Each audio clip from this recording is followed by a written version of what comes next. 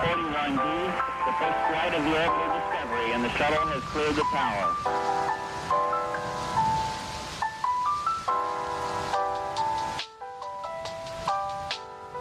Every 4 computers now have primary control of critical vehicle functions.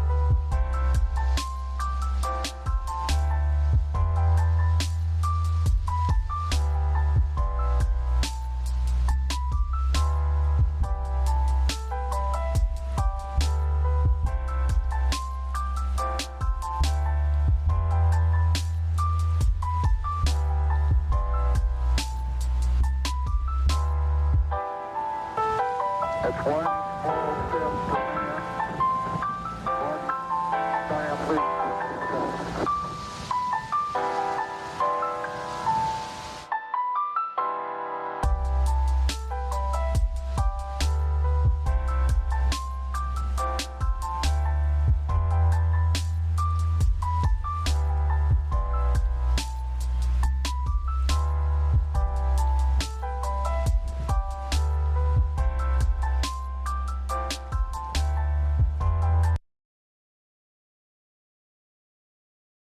Well, I meant to taper that off. Instead, it just straight up just stopped.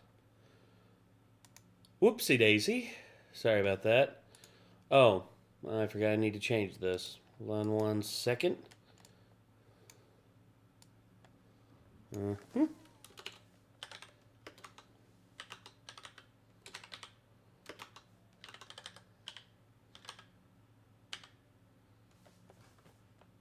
There we go.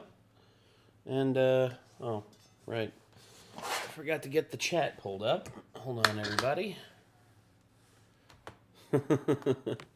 Finally no longer have writer's block. I hear you. $6.90. Of course. The singer of this band was originally a part of a different YouTube channel.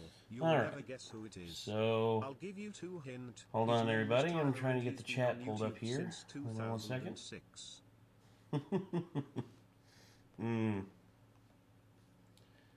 So, yeah. Hopefully everyone's doing all right. I hope that everything's like going okay at least. I don't know. Uh-oh. Let's see. Oh, look at that. We were $1 short, and then Jellyfire just fired one in there. And there you go. So now we're at 500. All right, Jellyfire. Hold on. Let me get the chat pulled up here so I can see everyone. Hold on. Oh, God.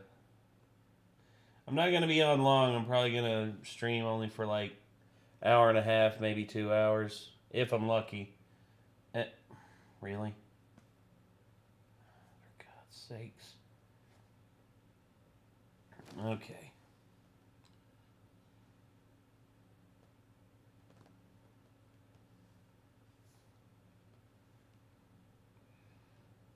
Oh, for God's sakes. Okay. Jungle Boogie. Jungle Okay, Boogie. verify it's me. Hello, Yes, Jungle please, Boogie. thank you. Okay, thank God. Finally got the chat pulled up. If it'll load. Damn, Okay. So, alright. Discord, no, cool dude, I'm not doing that. Rewriting the Werepire book. Okay.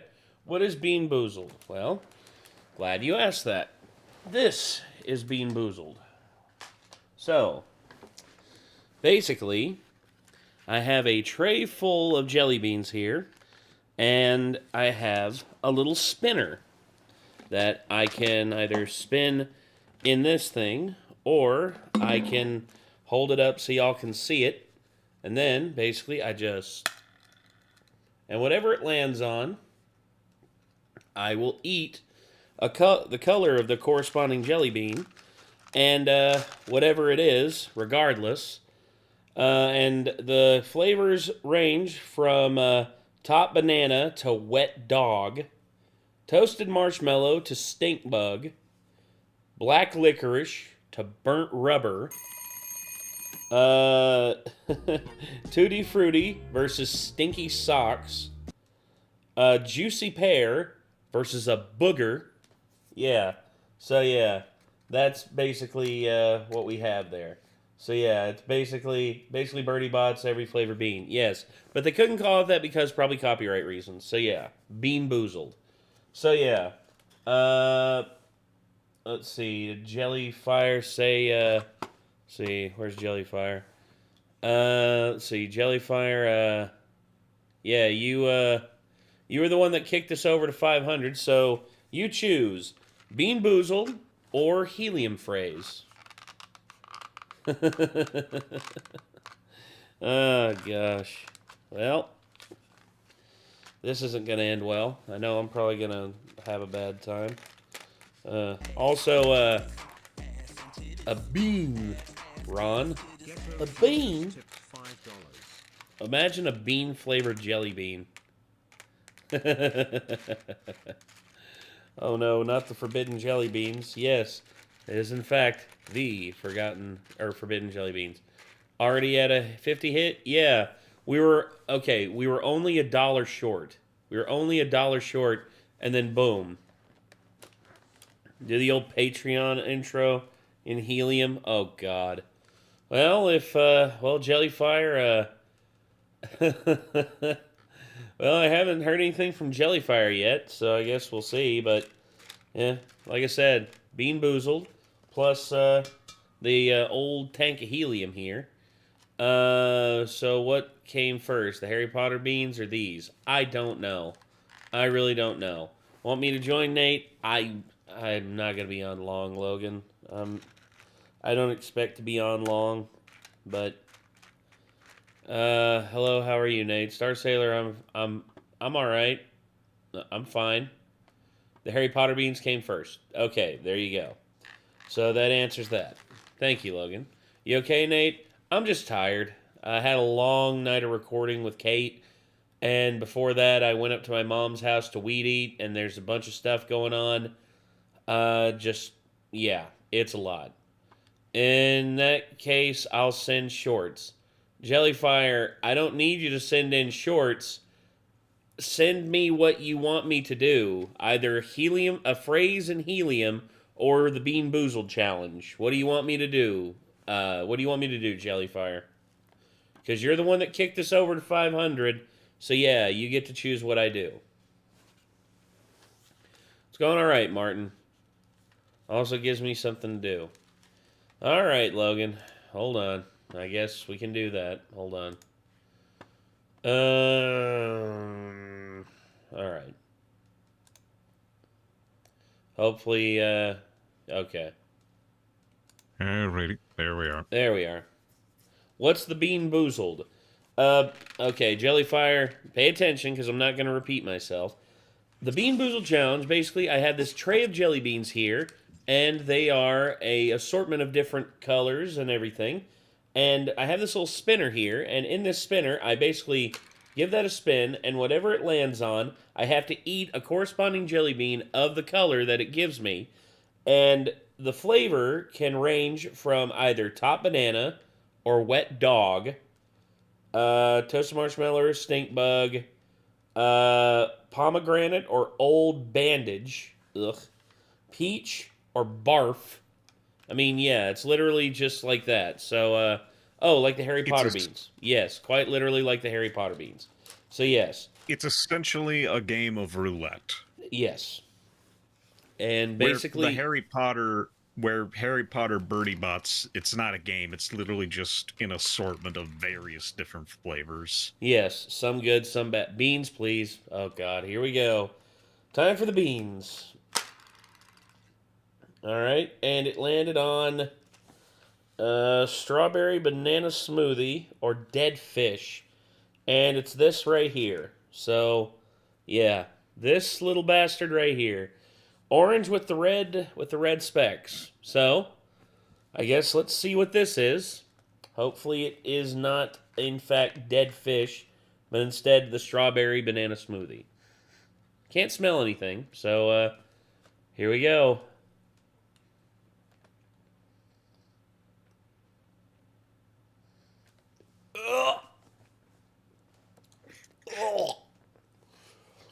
Oh God, I made a mistake.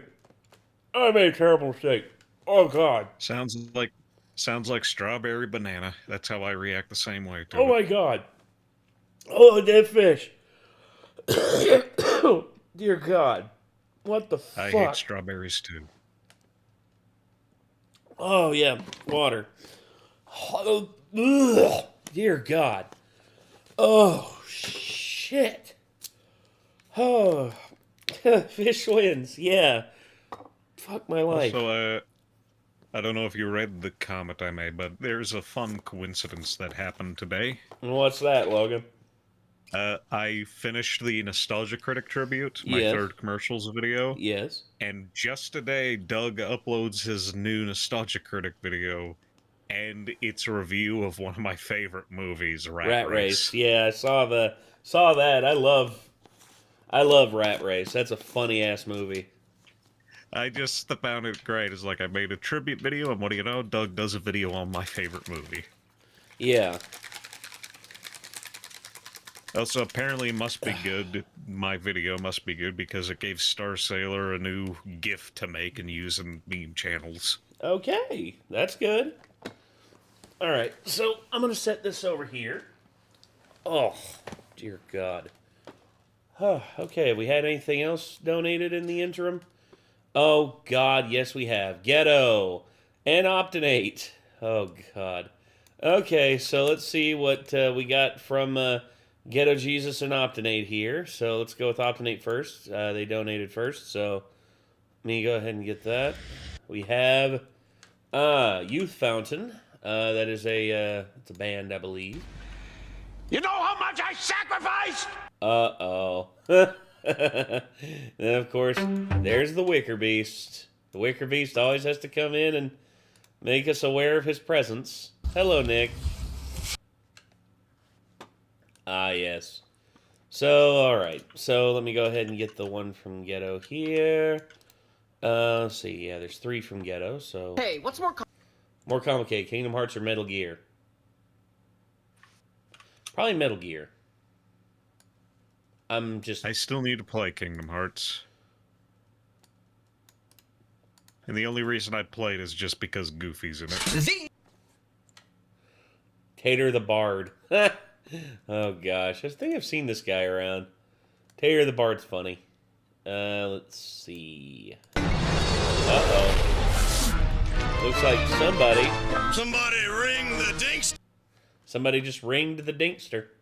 So there I you rang the dink. Yeah. Oh, that was you, DJ Cumberbund. Oh gosh. Friggin' Blitz Mbop? Oh god. Logan, why? Because mashups are fun. Yes, okay, fair enough. They are fun. Let's see. So we Also, have... this one's been stuck in my head the last couple days at work. So let's see. It's very bizarre. I can hear... They play the original music at work over radio, but half the times I then just expect different lyrics from the mashups I've heard. Oh gosh. Oh yeah, I came downstairs to prepare for recording with Kate, and the fuse had... The breaker had kicked over here for this side of the basement, so I had to go in there and restart everything. And yeah, basically had to deal with that, and yeah, just made setup a little bit more hectic than what I wanted it to be. All right, so let's see. We are currently at 516 out of 1500. So let's see, 516. All right, so there we go. Oh boy, and yeah, we're already off to a to a banger of a start. Anything else pop up? Nope, nothing yet. So yeah. Anyway, I guess we don't question the almighty Nate a bit. No, no, no, no. Do not question me, for I am mighty, and I'm getting sick and tired of all y'all trying to talk shit about me. Ain't nobody talk shit about me on here, cause I'm the only one that matters. Cause I am the Alpha. I am the Omega. I am Uncle Ruckus. Sorry. But I'm yeah. too lazy to bring up my soundboard. Oh god, there's the Dinkster again. Who was it this time? Somebody ring the Dinkster! That was Jellyfire again. Part of me wish I could have seen it. Oh, life-size Gundam? This will be. Oh yeah. Oh, this thing. Oh, Jesus. If only I could have seen it too, man. Damn. Oh.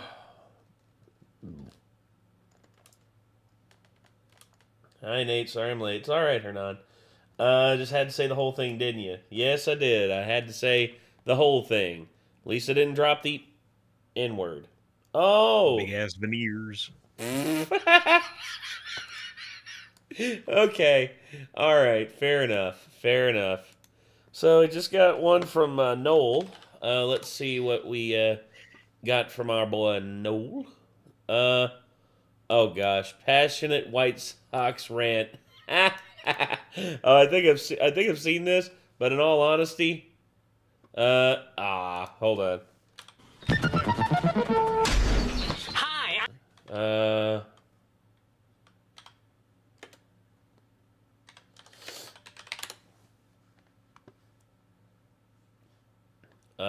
Oh yeah. I think that's it. Yeah, passionate White Sox rant. Yeah, okay, I got it. Yeah. I think that's the right one. Okay. Next hour. 3-1. Oh boy, yeah.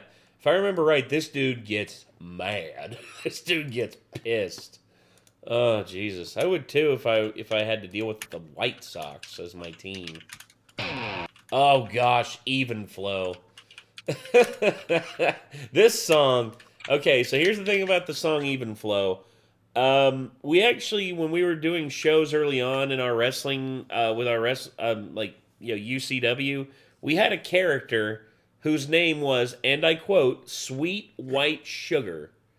And it was basically this dude that we had, his name was Alex, and he dressed up in a white bodysuit, and he just came out there and just was the party guy atmosphere. But he would always lose his matches, and the song that the DJ had him come out to every time was Even Flow by Pearl Jam.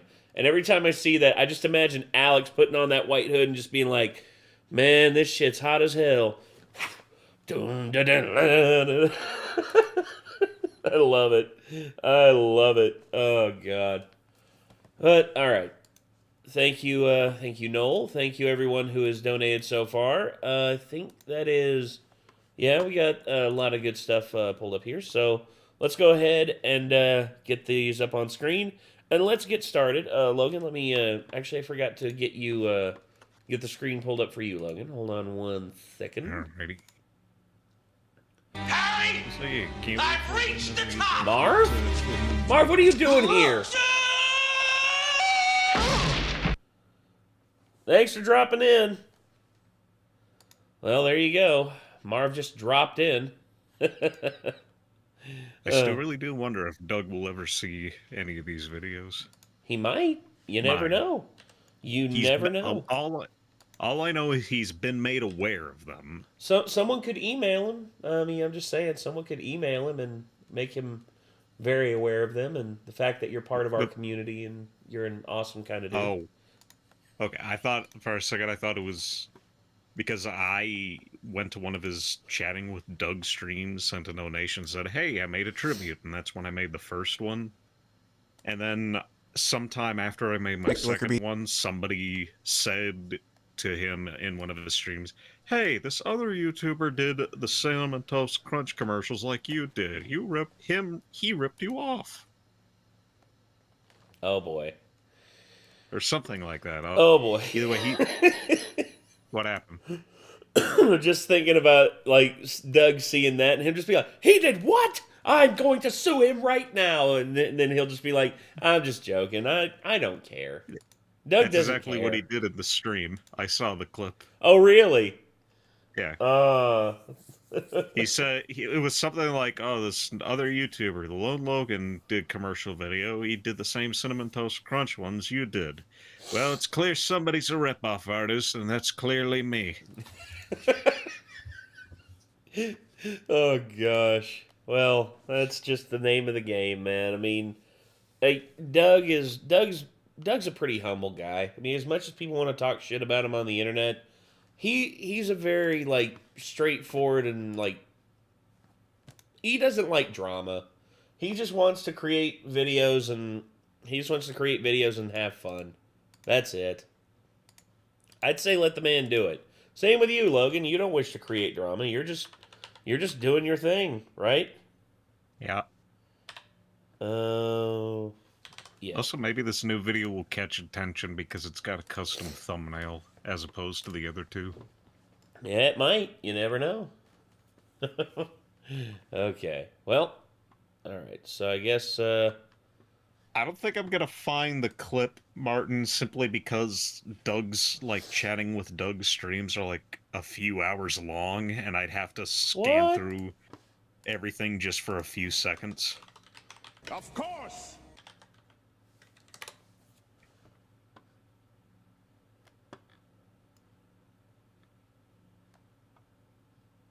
$6.90.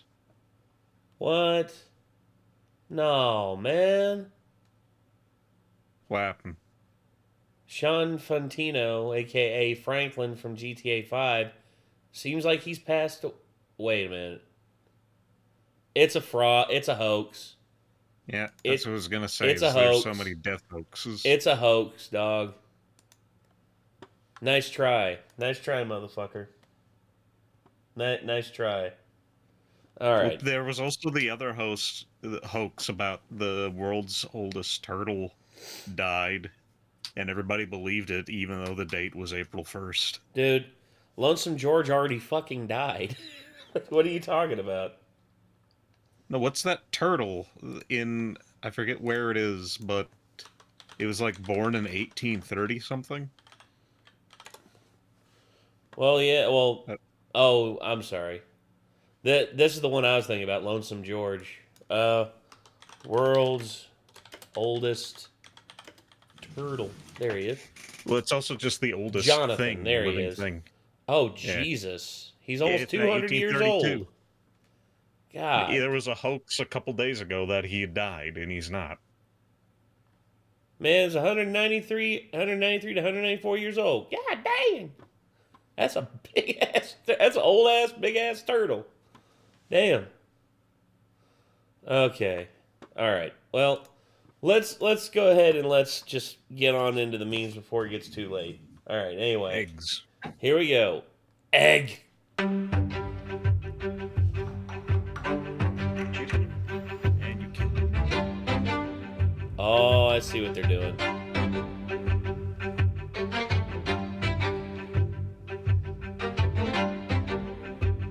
I thought I saw what they were doing, but apparently not. Apparently I'm just...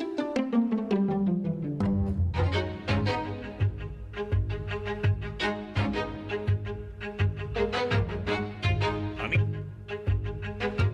No, it's just yellow food coloring for the looks of it. Or orange. Orange, like, yeah.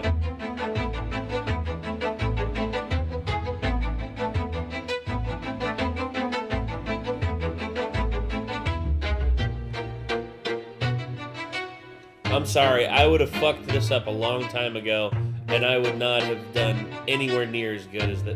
Dude, it looks really good.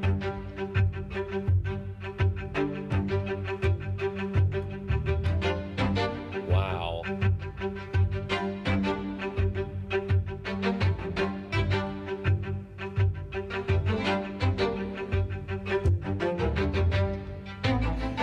I like to imagine a really rich family uses these eggs for their Easter egg hunts on Easter. Yeah, they literally have like 25 people making these around the clock for like a week so that they can have enough to like for all the kids to hunt. And it's like, Daddy, I don't like this egg. Then smash it on the ground, darling. And then dude sitting up there just like, I spent 7 hours making that egg.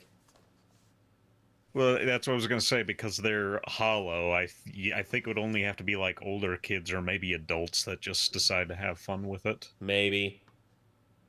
Can I offer you an egg in these trying times? I don't know. Can you? Oh, they're melting the wax off to... Dude. This is... Okay. This is extremely impressive. Jesus.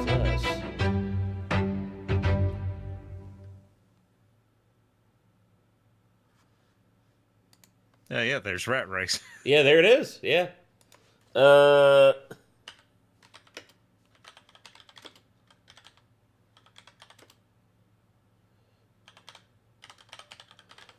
just imagine just like the dude after getting done with all that, all of a sudden you just one of a kind piece. all of a sudden this just There's happens. no other one like this particular one in the world. And you can see the tracks go this way. And it's really cool because it records much more accurately than... Oh, shit. Oh, Shit. Like, if you would do that, I would just keep it on a table and just like handle it gently and just have the camera zoom in. The idea, he thought it was wise to hold it up in the air. I think this was a joke, honestly. I don't think it was real, but if it was real, dear God. But at the same time, if it was fake, they fooled everybody with this. Oh, if it was real, shit. Exactly. Cool because it records much more accurately than... Oh, it's the shaking. Shit. Oh my God. Well, that does happen every once in a while. That can't be good. Shut the fuck up. Dude's trying to save the moment. It's like, nope, there is no saving the moment. It is ruined. Uh-oh.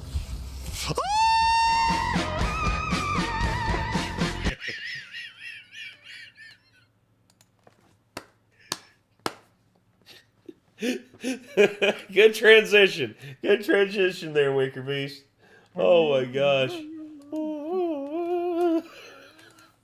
Alright, Youth Fountain, My Mental Health Century. Okay. Century egg? Oh, I don't know. Poisoned all my drinks again, assuming it would help me be a completely different person. That I'm left with just myself. There's never any way out. I can't find a single thing. Oh, copyright, yeah. To feel alright about.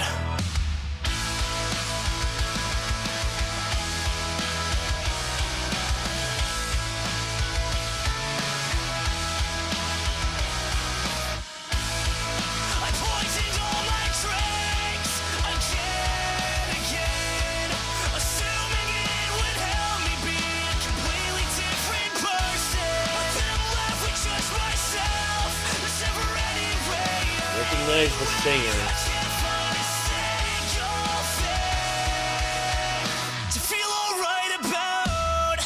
Where have I seen him before? Optimate, who is it? I can't remember. I know the face, but where have I seen it before?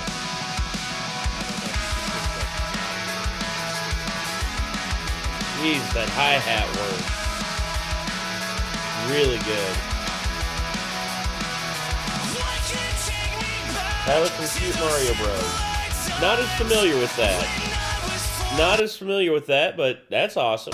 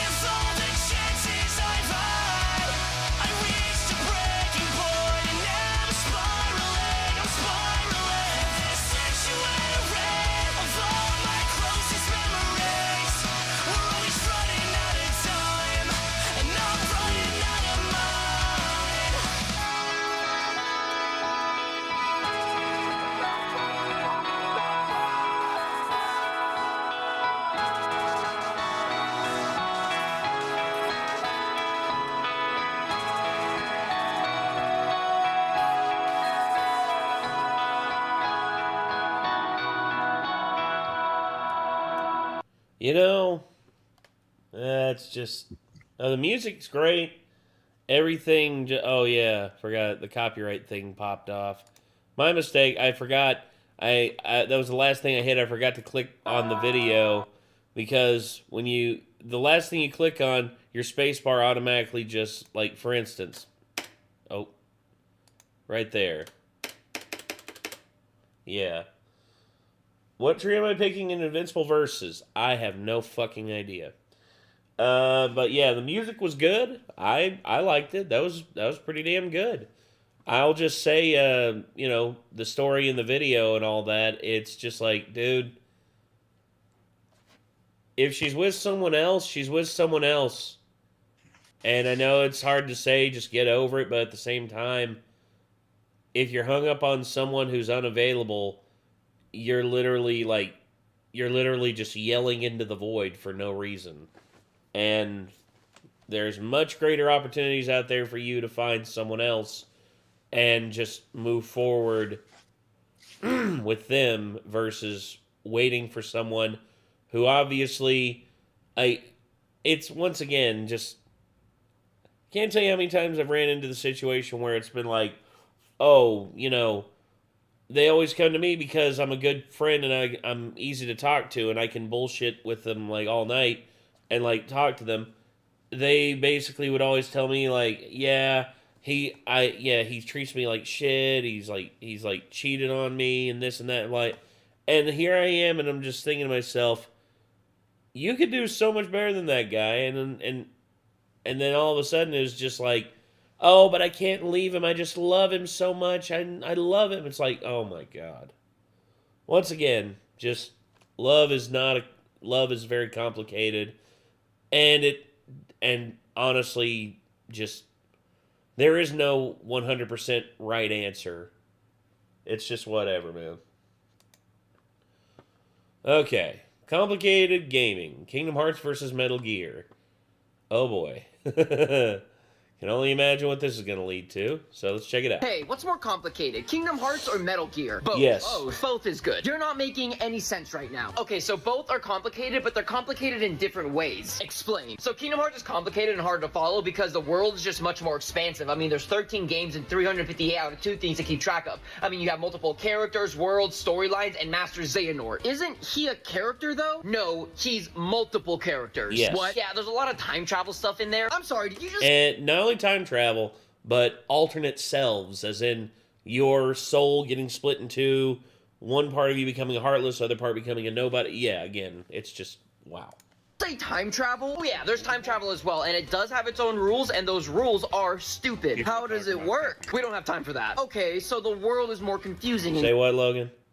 People are talking about the copyright filter. Yeah, I got it. Kingdom Hearts. Exactly, but at the end of the day, the stories and themes are kind of simple. I mean, it's just good versus evil. Okay, so how is Metal Gear confusing? Metal Gear is confusing not because it's hard to follow, but because there's so many twists and turns in the story that if you haven't played the games, you absolutely know nothing that's going on. Like with all the snakes. No, actually, the snake part is quite easy once you understand all the cloning. I have to understand cloning. It's not that bad, but the bad part is that the games just straight up lie to you sometimes. They lie to you? Yes. Yeah, some of the twists in the story reveal that past parts of the story were just not true. Like when Ocelot replaced his arm with Liquid Snake's arm, he ended up getting possessed by Liquid Snake. Is that how that works? No, but this is Metal Gear, so nobody questioned it. And then later on in the series, it gets revealed that Ocelot was actually lying about it and just being a really good method actor to pretend that he was possessed by Liquid Snake in order to get around the AI George Washington. They were made the first president? Again, no, because it's not an actual AI of George Washington. That's just the name given to the AI by the Shadow Government. Yeah, okay, I see what you mean now. So both are confusing, but if you just play the games, you'll understand the stories from most of them. And luckily, most games now are packaged together in bundles and Oh, hello again, Wicker Beast. deals, so it's not super hard to access. Most of the games. Yeah, Kingdom Hearts does have a mobile game that you'll never be able to play because it got taken down, so you'll have to go to YouTube and watch videos for that. Oh, but it's a mobile game, so it's probably not even important. No, it's arguably the most important game for the future of the entire Kingdom Hearts Yes, that's so stupid. series. What the fuck? What the fuck, indeed. Again, the only reason I ever play Kingdom Hearts is just so I could riff on it as I do my goofy voice. And that's fair. That's more than fair. It was the only plays Kingdom Heart videos that I found out I could do the goofy voice because I just started repeating what they were saying in their goofy voices. Yeah. And isn't that the one where it was like, Doug Walker yelling, I don't know if that specifically, I just know they made Goofy sound like a abusive dad, which is the exact opposite of what he is. Oh, so yeah, it looks like we had multiple. Optinate again. Optinate strikes again. Let's see. Go here. Ubuntu. It is a Ubuntu. Yeah. Oh, Linux deck. Oh, Linux distro. Okay. Okay. Cool. I'll get that there, and then had another one on here from Jellyfire. Kingdom Hearts Nutshells within Nutshells. 358 Nutshells, Final Chapter Prologue, and Knuckles. Jesus. Specifically, I think the one that I thought was most funny is they had Goofy acting like a dick towards Max and kept calling him the cigarette slur. But they bleeped it every time, too. Hello there. You're a frick. No, it was like, You're a... Hey there. Hey there, cigarette. Dad, I'm not a cigarette. I'm a lumbersexual. Okay, whatever, cigarette. Oh, gosh. Maxie, Uncle Mickey's coming over. Huh? Hey, cigarette. I told him to say that. God dang it. Oh, what a...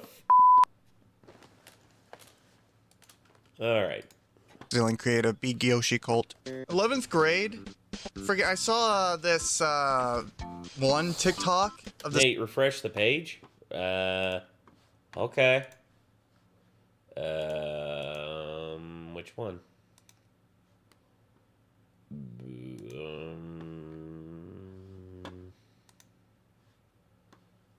Oh, you meant this page. Ah. Make the Wicker Beast accidentally create a big Yoshi cult. 11th grade. Oh, more info link in the description. Ah. So you're the one. I saw this one TikTok of this kid hiding pictures of Big Yoshi around the school. And I thought to myself, I want to do that. I just thought that would be like just a dumb little fun thing to do just for kicks and giggles.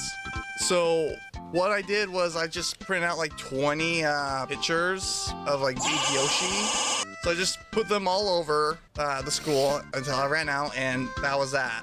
Yeah. A couple days later, a group of students were talking about the frickin' Fat Yoshi incident. And being an autistic person who just can barely like keep to myself, like just has to overshare, I just smugly like say, "Oh yeah, that was me." And then one of them asked me, "So were you also the one behind the? You also made the shrine?" I pause. Excuse me, shrine? No. What do you mean, Fat Yoshi shrine? They take me over to this locker and show me this. They show me this. Someone had taken one of the pictures and created. No, okay. Unfortunately, by the end of the school year, it was taken down. But on the plus side, it lasted to the rest of the school year. Damn. November 15th, 2021. I'm pretty sure this was when I first saw the shrine. A freaking can of actual gosh dang beans. Beans, what the fuck? An actual can of beans. Like once we kind of like considered it, jokingly considered it a cult. Me and the boys downstairs, 3 a.m. looking for beans. That started. Some of the students suggested that I should be the Fat Yoshi Pope, and I entertained the idea, even thinking about buying a freaking Big Yoshi, Big Yoshi. I can just imagine all y'all doing that in front of the friggin' in front of the locker, I'm just imagining going, Big Yoshi, Big Yoshi. I'm imagining a Gregorian chanting choir doing the Mario World 2 music. So instead of it's just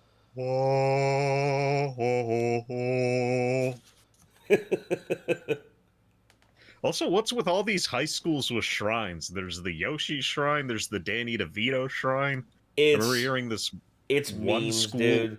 Literally, memes are taking over so much of the world. I'm worried. It's like CGP Grey predicted this back in 2014. He said memes have penetrated so deep into the subconscious of humanity that it's going to start affecting people's everyday lives and them not noticing it until it's too late. And there was also some school where they built a shrine in a school's bathroom to Roderick from Diary of a Wimpy Kid. Oh my gosh. The OG Roderick too, not the newer Roderick, the one from the original. The one from the book. Oh, that one. Okay. So yes, the OG. Yeah. The little stick figure drawing with big eyebrows. Oh gosh. Big Yoshi. Okay. Buying a freaking Big Yoshi. In these trying times, I bring you beans. Green Pope costume on Amazon. Oh no! Fortunately, I didn't have really much money at the time, so I just couldn't go. I just didn't really go through with it, unfortunately. But it would have been fun. Amazing if I did go with that. January 4th, 2022. The beans were removed because the can was opened. Oh, that's not good. Okay. If it was an unopened can of beans, then I guess it would have been all right, but yeah. Slightly, and there was actual beans in there, so of course it had to be taken out because that was just nasty. Yeah. Whoever made the shrine, I applaud them. Nick, what kind of beans are we talking about? Are we talking these kind of beans? It was bushes. Yeah, bushes. Baked beans. Oh, gosh. What are they? What are those called? Navy beans or something else? I don't know. I really don't know. Yo, love watching your reactions. Thank you, Thorn. I appreciate that. Thorn's Dutchy. Glad they did. Because 11th grade was crazy, man. Which means that you graduated in 2022. And, God, that makes me feel so old. And now I'm just reminded that I graduated 10 years ago. Oh, and I graduated 20 years ago, man. Like, literally, my 20th anniversary is this year. I hate that shit. I hate being old, dude. I hate being the old man. Post the full story on Mad Lads. You chose... Yeah, I saw the Reddit link. Oh, gosh. I got so many upvotes. That's awesome. That is awesome. Damn. That is awesome. Holy shit. You accidentally started the Big Yoshi cult. And now it is a real thing. You're old. I graduated high school in 96. I hear that. Oh gosh. Steel Dragon Claw, class of 08 here. Class of 2019, class 2015. 12 years ago myself. We be old men. Yes, yes, yes. Oh God, I am Next old hour. man. 312-332-3776. So if you want to talk some socks with us and vent about this organization, be our guest right now. Okay. And then we will talk some Bears football. Berto is on the west side. You're on ESPN 1000. What's up, Berto? What's going on, guys? Listen, first of all, huge fan, long-time listener, first-time caller. I know regardless of your individual allegiances, I love that you both look at these things objectively and you provide a service to the fans of Chicago. We owe you a debt of gratitude. I've been a diehard Chicago White Sox fan for nearly 40 years. I say that with... Say what, Logan? Genesis wants, do you remember people who used to pronounce Yoshi as Yashi? Yashi. I kind of do. There's also people who would say Mario. Yeah, yeah. Yeah, freaking Mario and Luigi. No, people would say Ouija. It was really hard to mess up Luigi. Yeah, Ouija. Express intent of sharing my deep Welcome, and Azor. undying love for this team. And my call is rooted in heartbreak, not anger. Don't get me wrong, I'm angry, but it is a byproduct of a dysfunctional, abusive relationship with the front office and the ownership of the Chicago White Sox. I also want to say I have defended this rebuild. I liked what the team did with the trades. I defended Yasmani in Dallas. I didn't understand the La Russa hire, but I gave them the benefit of the doubt. I forgave the free agents they let go. I was befuddled by the Benintendi and Clevenger signings, but you know what? I said, I'm going to give them one last shot. And when they canceled Sox Fest, like the cowards they are, I knew something was up. But now we know. Obviously, the experiment is over. The vast majority of the prospects have been busts. The product on the field is pathetic. We have exactly two players of excellence on this roster, Dylan Cease and Tim Anderson. Everyone else is nowhere near the kind of player they need to be to make this a winning team. You'd think that would be enough to wake us. This dude right here looks like, this dude on the right here, his eyes are so wide open. I'm thinking this dude just took a bump of cocaine backstage, and it's just now starting to hit him, and he's just organization like, up. But yesterday, Kenny Williams This had the guy's gall talking to say so that much he's shit. not in a good place right now, and accountability is not an issue. You're right, he's not in a good place. He's not in a job he should have.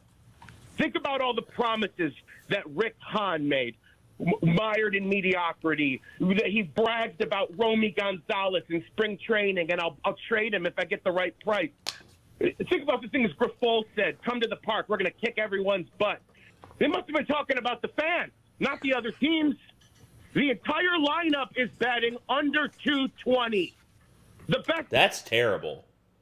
That's terrible. Even like by MLB standards, if you're not hitting above 250, you don't belong in the show.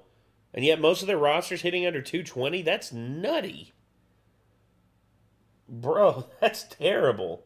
Hitter on the team is Jake Berger. We're a AAA team. Our right fielders are hitting 180 with a weighted run created plus of 28.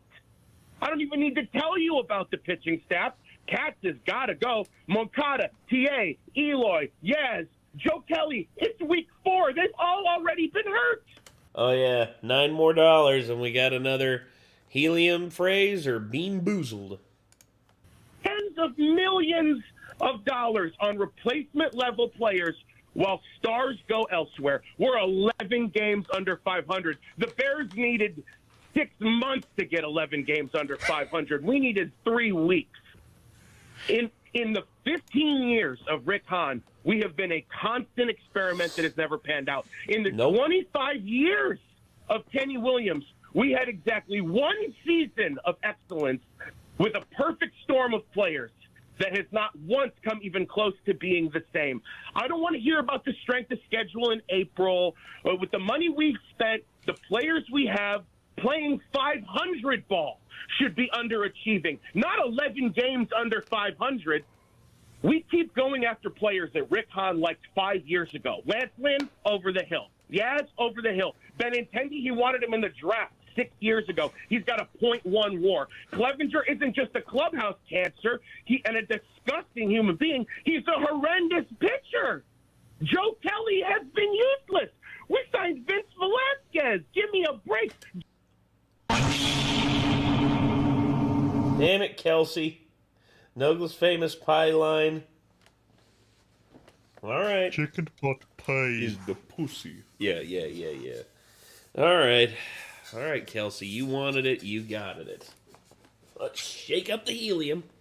This doesn't really do anything. I'm just doing it for dramatic effect. Like, here we go.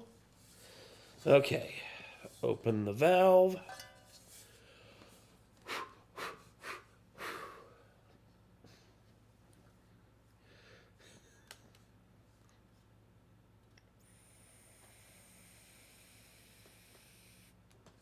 Yeah, and I'm just gonna say it. Chicken pot pie is the pussy of food. You're about 2 seconds from wearing that smile around your ass. God damn. That donation came in perfectly. What was the donation? What clip was it? It was, you're about 2 seconds from wearing that smile around your ass. Me and that voice. Maybe you could do, maybe Logan can add it to his soundboard. Hold on, let me do it one more time because it got interrupted there. Hold on. Well, I gotta like open up OBS then, I guess. Hold on. Okay, let me know when you're ready, Logan. Oh my gosh. Let's see here. Discord. I'm clipping all of that. Go for it, Kelsey. Oh, come on. Work with me. OBS is a piece of shite sometimes. Okay. Yeah, plum pudding. Hey, mother, what was that black stuff? David, I'm half asleep. Oh, David, I'm half asleep. What are you talking about? Okay, I'm ready. All right, here we go.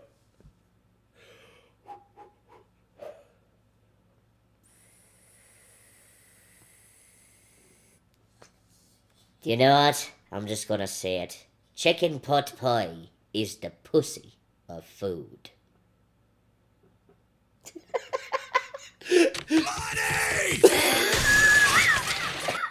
Alrighty. I'll see how well this works, how well I can extract this.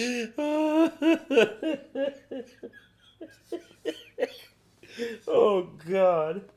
Holy shit. Oh, God. Oh, that was fun. Okay. We also got 2 from Anarchy. Oh, God. Prank wars. Oi there, we got the prank war. Fucking hell, we got the prank war there. Anarchy with the prank war. And you know what? I'm feeling damn it. I'm feeling generous tonight. Hey, Anarchy, considering that you pushed us over on this. I gave it to Kelsey because, you know, honestly, Kelsey's been a soldier on the front lines of the comment sections of everything and just been, you know, completely and totally just doing away with trolls and bots and all that. So that's a freebie for you, Kelsey. Anarchy, what do you want me to do? Do you want me to do Bean Boozled? Which, a perfect timing with the donations. You tell me about it. But yeah, Anarchy, I have the Bean Boozled challenge, which can be disgusting. And then we have another one here, or we can do the helium phrase again. So yeah, Anarchy, let me know what you want me to do. I'm feeling generous tonight. I'm looking to have some fun. All right. Okay, but it picked it up.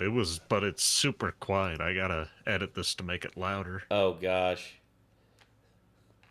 Let's see here. All right, so there it is. Anarchy wants me to do the Bean Boozled, so here we go. Let's see what we get. Oh, God. Berry blue or toothpaste? So, yeah, we got the blue one here.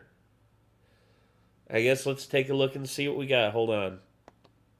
So y'all can really see my face whenever I ingest this sumbitch. So, yeah. Got the blue boy here. Here we go. Wish me luck.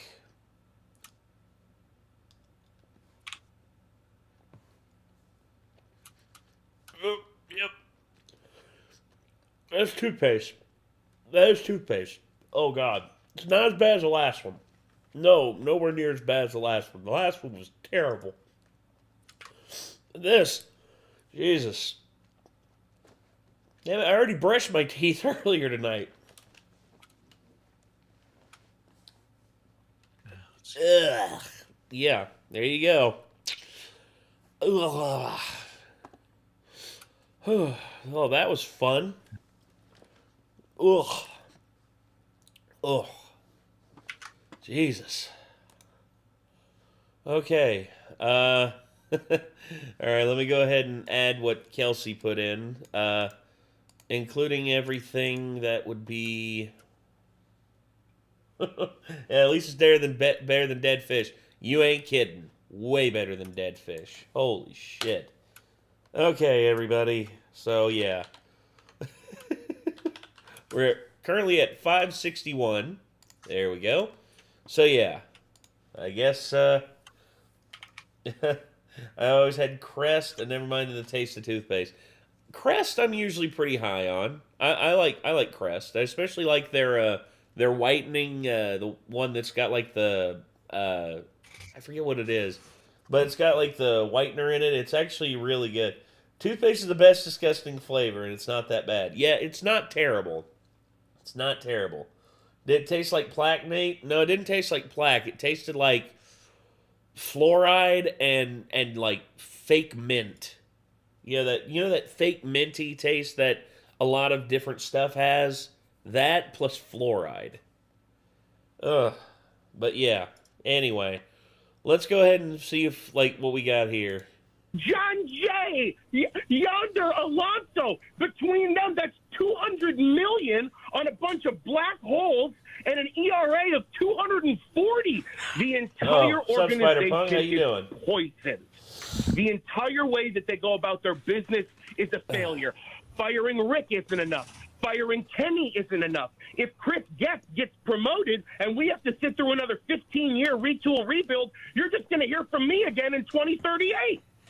I don't care if we go on a torrid winning streak in May and June and somehow get back to 500 ball, and then we scooch our way into the postseason and the wild card, only to get bounced right away by a team that's actually good. We have no depth in our organization. One injury and we are done. This process isn't working.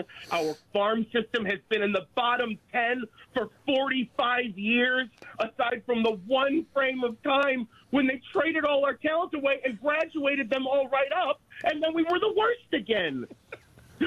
There is one solution. In his final years, Jerry Reinsdorf, who, by the way, wouldn't even have the reputation he has if he hadn't have... Doing good. Just finishing up Silent Hill 4 with a bad ending. So, yeah, that's a tough one. Lucked upon Michael Jordan at 3 in 1984, has the courage to get rid of the yes men around him and fire everyone. He bought into the Chicago Bulls and the White Sox for $20 million.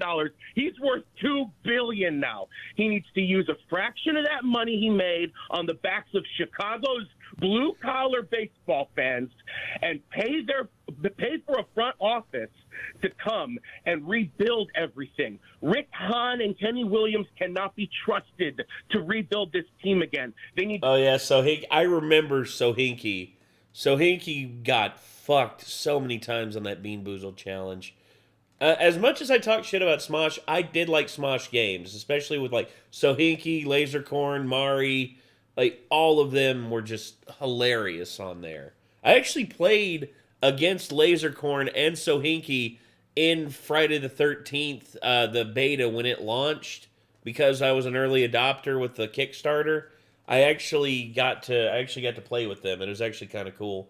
Although I didn't do like a voice chat with them, I did get to kill Lasercorn. That was actually kind of cool.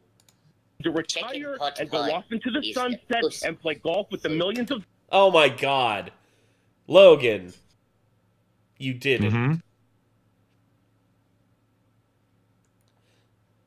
Chicken pot pie is the pussy of food. Oh, wow. God dang it, come on. That actually sounds pretty good. Good one, Logan. Good one. Aces, my dude. They made on their cushy paychecks for a job that they had a longer leash for than any executive in the history of the modern era of baseball. Let someone qualified come in and run this team. At this point, we would need a historic turnaround to even be mildly relevant. Everyone said the AL Central was weak, and it might be in comparison to others, but the Sox aren't better than the Guardians or the Twins. We're not even better than the Royals. And the fact that we're only incrementally better than the Tigers is exactly the kind of indictment on this organization that we need. The lack of success that this roster has is a referendum on what we've already seen in 2006, 2007, 2011, 2013, 2015, and 16, and the excruciating last 7 years that only led to this. I mean, Sony is more... Oh yeah, you're a whore. I remember that. A whore. There it is.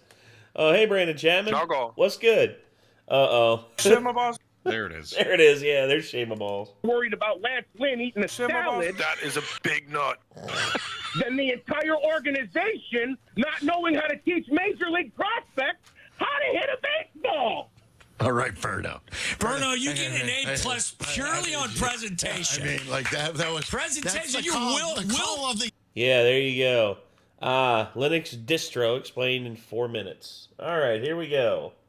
Ubuntu. It is a free and open source Linux distribution that comes in 3 flavors: desktop, server, and core for IoT. Ubuntu is easy to use. It comes with free software like LibreOffice, Firefox, Thunderbird, and Transmission, as well as games like Sudoku and chess. Aside from its ease of use, the operating system is known to be more secure than Windows. It is not immune to viruses, but it has a much lower risk of exposure. Also, a lot of people I know have watched the season 2 of Netflix's One Piece, and yeah, really good. You know, I'm just worried that we're going to get an overabundance of One Piece stuff, because we've got the One Piece original anime that is coming back, or is it back already? I can't remember. It is back already. Okay, it's back already. Okay, so there you go. And then you have Netflix's One Piece. And now we're getting Wit Studios' The One Piece. Which I am actually excited for. I am because too. The Toei. Because the Toei anime sucks. No, I hear you. But my thing with it is, I worry that people are just going to be confused on which one to watch, and it's just going to cause like brand fatigue. And I know that they're nearing the end of it. I get it, but oh, yeah. The most recent chapter, 1179. Jesus, it really is getting towards the end of One Piece. Really? Yes, big reveal. Damn. Okay. Awesome. It is easy to change. My So brother might be getting into One Piece thanks to the Netflix show, and I already got my nephew into the manga. You've already made believers out of them. There you go. You can make your... My nephew wants to go with me to the Minneapolis convention so he can meet Luffy's English voice actors. Oh, that's cool. Hell yeah. Colleen Clinkenbeard. That'd be cool. All right. So let's get back into this. Sorry. Ubuntu environment fit your needs. CentOS, because its software is simple and light. CentOS runs faster than other Linux distributions. The operating system has a longer upgrade cycle, lasting approximately 5 years. Because of the more frequent updates, those other distributions may be less reliable at times. As a result, CentOS is regarded as a stable operating system. Fedora has a lot of graphical tools and useful software for office work, virus protection, system management, playing media, learning, and other things. Because of its popularity, it is supported by a large community, which is an important... I think I know where that is going if a certain someone noticed. Uh-oh. Oh, gosh. Consideration when selecting open source software. Debian. It is a stable Linux cool distribution, but it also lets early adopters try out packages that aren't quite ready yet. In comparison to the alternatives, Debian provides the most packages. The time it takes to upgrade Debian is also long, which means you can keep using the same version for a long time. This keeps you from having to upgrade software often and restart your server to make the changes take effect. People think it's a great distribution for running servers because its software is stable and it comes out less often. Red Hat, which calls itself the world's leading enterprise Linux platform, is used for a lot of different things, such as making software and running hardware. RHEL is well known for its stability and speed. It works well with third-party software and has a quick security patch cycle. Because this distribution is run by Red Hat, a multinational software company, you will get great support. Linux Mint. Mint has become one of the most popular Linux distributions since it first came out in beta in 2006. If you use Windows, you will be familiar with its user... Yeah. Everyone says Mint is the most Windows user-friendly version of Linux. And I've messed around with Mint a little bit. I get it. I get it 100%. It is really good. Interface. When switching to a new Linux distribution, there may be a learning curve, but Mint's simple UI and ease of use can help to reduce that. Furthermore, it includes many useful apps by default, such... You mean, like, Gallagher? Uh-oh. Petrolhead? Oh, gosh. Petrolhead, well, here, 1 year's been a hell of a ride. Let's go for 2 years. Hell yeah. As Firefox, LibreOffice, and others. It has an effective app management tool. You can search for and install software visually using an internal software manager that works like the App Store. OpenSUSE. It gives its users a stable environment and works well with almost all of the best Linux desktop apps. The distribution is simple in software management. You can search for tools on software.opensuse.org and install them directly from there. OpenSUSE is a great choice for both home and business use because it has so many benefits. If you don't want to, you don't have to keep updating your operating system after installing the distro. You can just install it and use it. Manjaro. It was released in 2011, has quickly become one of the most popular Linux distributions. Manjaro has distinct advantages over other distributions. Manjaro, in particular, excels at hardware support. Some Linux distributions require you to take extra steps to make your hardware work, such as manually installing drivers and packages, which can be time-consuming. Manjaro, on the other hand, makes this process much easier. David Gallagher. That I couldn't remember because I had so many Gallaghers in my name, or in my name, you know, people with the Gallagher name in my head. Noel, Liam, Gallagher. It scans your hardware and installs the necessary drivers and packages automatically. Unlike other distros, you don't have to deal with a broken personal package archive, PPA, when you want to install software that isn't supported by the repository.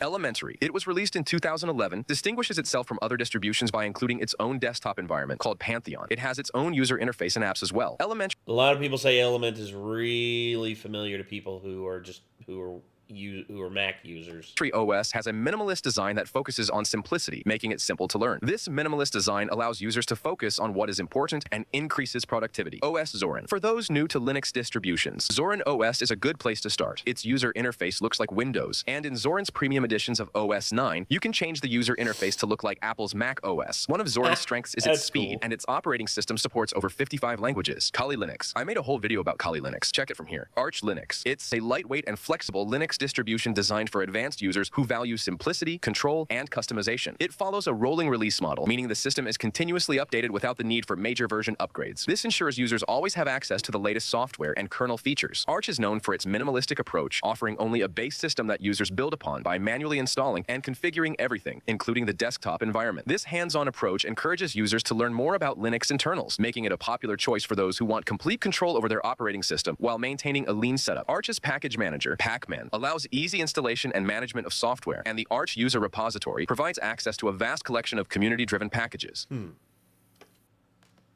Okay. That's cool. Damn. That was a lot. It's like my brain was like overheating there for a sec. Uh-oh.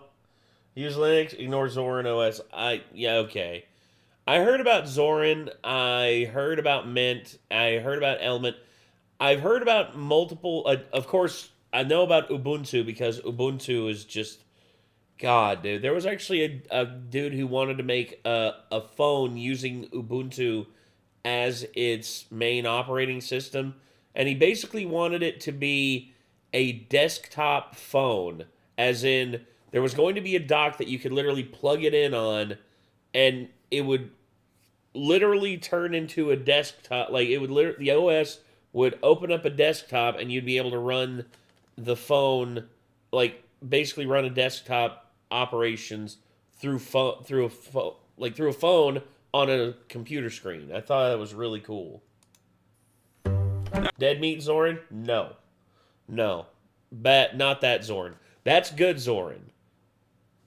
Linux Zorin is the bad Zorin. All right, since April Fool's Day is in pissing distance, I figured I'd talk I love the Hacksaw Jim Duggan at the a top little of the about calendar. pranks, or more specifically, about a prank war between me and a few friends of mine. Now, this prank war all started with a Christmas tree. It was an old Christmas tree that my friend Steven had to get rid of. Now, instead of taking it to the curb like most people would, he decides to drive over to my house with it. He sees my car parked out in the street. It's totally unlocked. It's looking vulnerable. And he starts to thinking, hey, I wonder if this Christmas tree would fit in his car. So in broad daylight, he starts shoving this pine tree into my car. Nobody stops and asks him any questions. Hey, why are you doing that? That looks like a shitty thing to do. No, my roommate Brewer comes outside right in the middle of all this, and he sees Steven penetrating my car with this pine tree, and he's overjoyed. Because it's not his car after all. He doesn't care. I like what you're doing here. You are giving that car the business. So somehow, Steven manages to squeeze this dead pine tree into my tiny-ass Chevy Cavalier like he's some kind of shitty David Copperfield.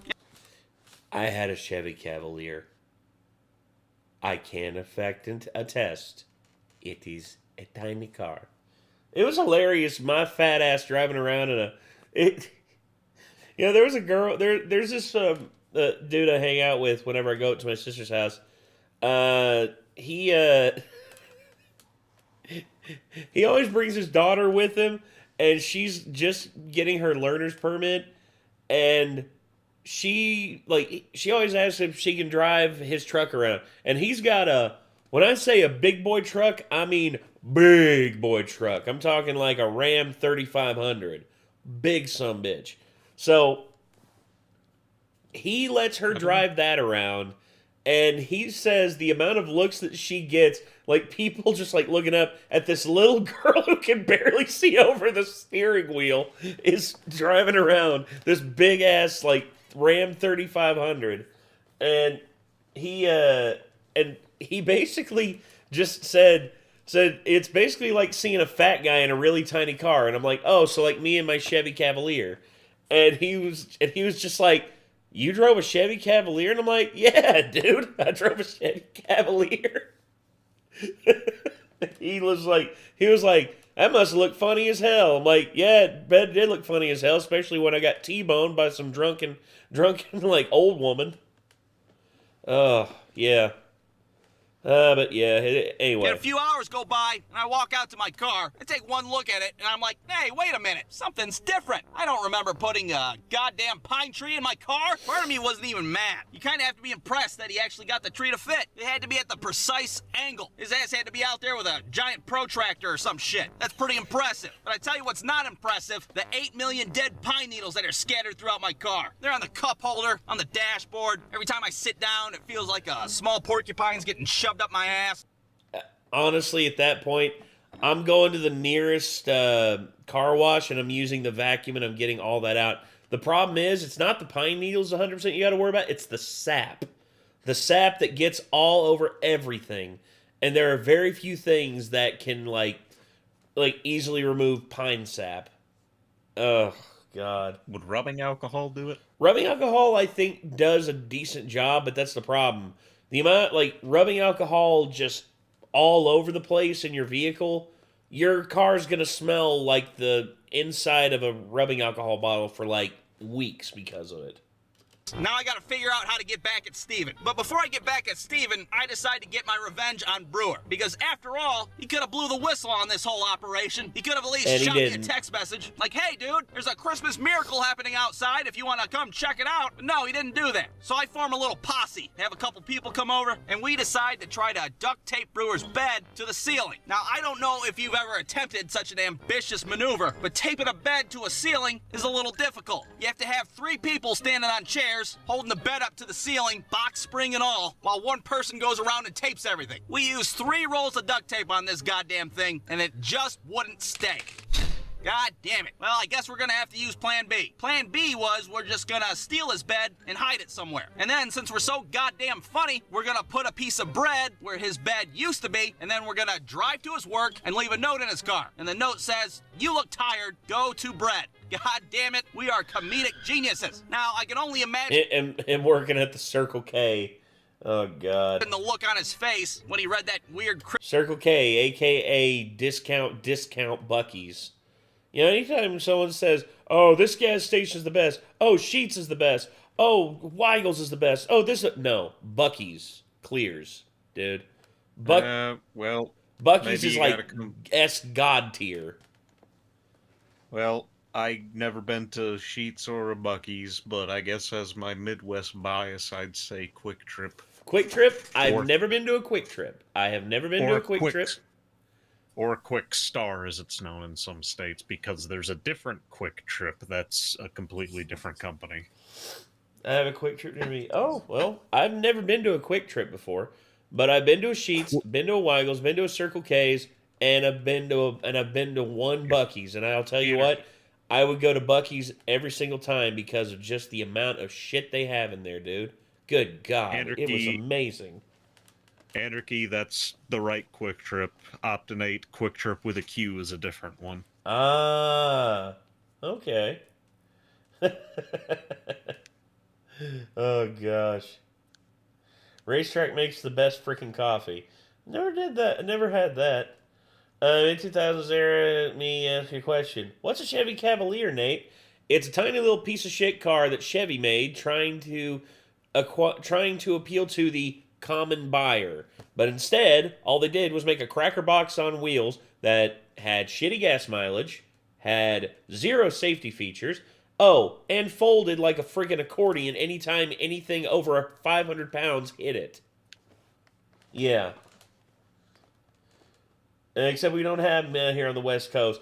I know, like, they're starting to expand further east because they started in Texas, and now they're just everywhere throughout the South, and now they're starting to make their way more, like, east. And good God, dude. I remember when it opened up near Sevierville, I was like, I gotta go. Whenever I'm going to Knoxville next to visit family over there, I'm going to Buc-ee's. I stopped at Buc-ee's. I walk in there, it was like a different world, man. I'm like, good God. Is that fresh brisket? Is that pulled pork? They are making pulled pork sandwiches and brisket sandwiches by hand over here. And they're like, oh my God, ribs? Oh shit, okay. And then they're like 95% of the things in there that you can buy to eat are delicious. Like, I'm not joking. Everything in there was so good. Oh, anyway, sorry.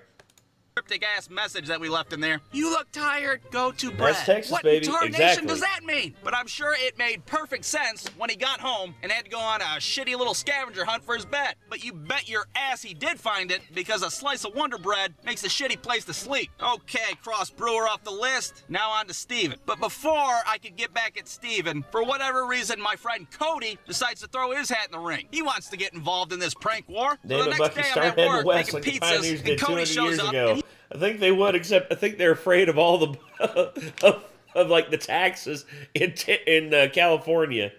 He wants a pizza, so I make him a nice little pizza, and I don't even spit in it because I'm a gentleman. What can I say? But before he leaves, he decides he's gonna go to my car and he's gonna draw a big old wiener on my back windshield with window chalk. So a few hours go by and I leave for work and I'm totally oblivious. Hell, it's not until I'm in the middle of traffic at a red light when I look in my rearview mirror and notice it. What in tarnation is that? Oh man, it's a big dingus. Everybody on the street can see it. People are honking their horns and shit. Hey, that's quite the wiener decal you got there. Thank you. I drove all the way home with a wiener on my car, looking like a NASCAR that's sponsored by Wieners Incorporated. Okay, looks like Cody's name's going on the shit list. I call him up in the middle of the night. I'm gonna get you back. You're not gonna know when, and you're not gonna know how, but I'm gonna get you back. You drew a wiener on my car, and you soiled my reputation, goddammit. I'm gonna get you. But Cody was easy to get back. All I had to do was get some window chalk of my own and write, I drink pee on his bumper, right before... before he'd leave work. I did that sporadically for like a month. I also wrote shit on Brewer's car too because, well, what the hell, why not? Okay, so back to revenge on Steven, because after all, he's the one that started this whole goddamn... Oh, Dono came in. Uh-oh. Once again, friggin' stream elements being an ass. Holy shit. Uh-oh. What is it this time, Jess? What is it this time? There's a giant... Oh, gosh. Oh, no. I have a feeling I know where this is going. I'm kind of scared. Damn mess, having the 12 days of Christmas in my Cavalier. So me and Brewer are sitting there one night thinking, well, what's worse than drawing a big wiener on his car? How about drawing 1,000 tiny wieners on his car? That is a great idea. You are a goddamn genius. So that was the plan. Me, Brewer, his girlfriend, and my cousin David, we're all gonna sneak over to Steven's house at 2 in the morning, and by golly, we're gonna draw as many wieners as we can on his Ford Contour. So we're out there sneaking around in the dark, like SEAL Team 6, markers in hand, ready to draw some wieners, and there's his car. No, dude, you missed a perfect opportunity. Instead of SEAL Team 6, it's SEAL Team Dicks.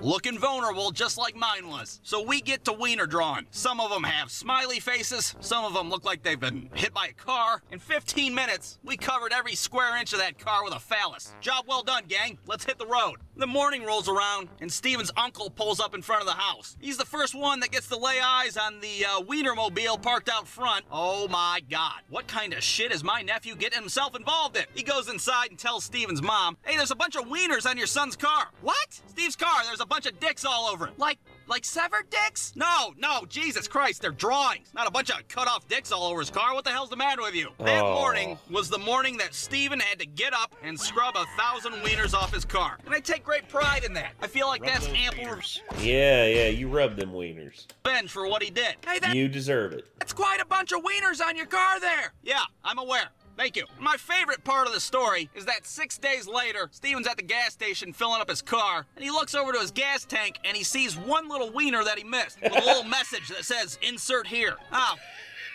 God damn it. That also reminds me, when I was in school, there was just this kid that was obsessed with drawing dicks. Oh. It's just, I guess, a common thing for people to do, because, oh, it's funny, I draw dick and balls. He did it so much that sometimes he would get in trouble because instead of signing his name at the top of, paper, say what you want about America, land. Just draw a dick. Just draw a dick. And ironically, he was one of those people that would, if you did anything he didn't like, he would call you gay. And yet he's the one that's constantly drawing penises. Dude, you're gay. It's like, bro, you're the one drawing dicks all the time. But dick is funny. I'm sure it is there. I'm sure it is there, homie. I'm sure it is. I actually would be like, hey, you really want to laugh at a dick? Why don't you go stand in front of a mirror naked? It's really weird at that age, as even when I was a kid, people would call you gay for whatever things. I think I even talked with Nick about this, is like, as a kid, I was embarrassed to say, with Power Rangers Dino Thunder, I was embarrassed to say the Yellow Ranger was my favorite because yellow's my favorite color, not because she's a girl. Because if I said that, people would, you like the girl ranger? You're gay. To which I would just be like, no, I can like any ranger I want. I was going to say, like, what does it matter? Which, like, honestly, she's good. She's nice to look at. What's the difference? It's like, honestly, I didn't think that. I didn't think that as a kid. I wasn't into girls when Dino Thunder was out. well, Optinate, is it gay to like girls? No, it's just young kids being stupid and not understanding the nuances of like just stuff like that. It's ridiculous.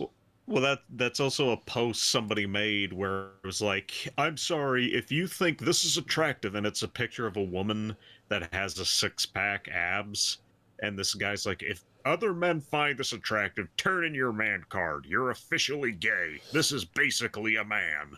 Incorrect. And then somebody Incorrect. responds, and then somebody immediately responds with, it's official. It's officially gay to like women.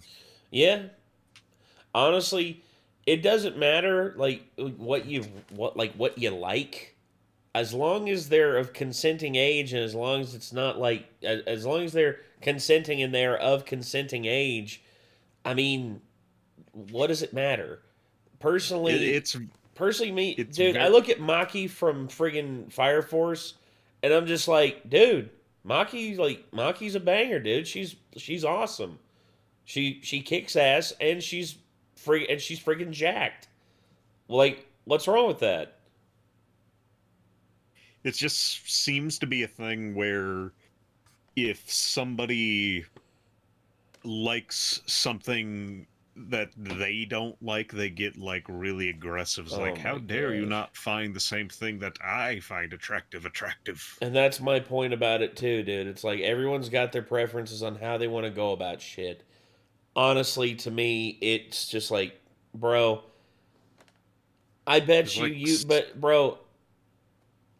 like fried chicken, and there's going to be other people out there who don't like fried chicken. Are you going to find every single one of them and put a gun to their head and tell them they need to like fried chicken? Dude, yeah. Besides, you don't need everybody to like you. That's the thing about, this is the early lesson I learned about making stuff on the internet. You're never going to please everybody. You should never try to please everybody. You instead just need to do you, have fun. Just be yourself, have fun. And if you attract people with your personality, cool. If not, fuck it. Like, in all honesty, if you have to resort to just being inflammatory at every turn and just being like, you don't think the way that I think, you're canceled. It's like, dude, shut the fuck up and move on with your life. There are way bigger fish to fry over like the way I say things or the way I do things. If I'm not hurting anybody, then well, you're hurting me by not agreeing with me. It's like, okay, all right. This is the thing that I always run into with people, and I'm just like, okay, answer me this. Are you a religious person? They're like, well, no. It's like, oh, you're not? Well, I'm offended at the fact that you're not a religious person, and I think that you should be held accountable for that. It's like, well, that doesn't make sense. I'm like,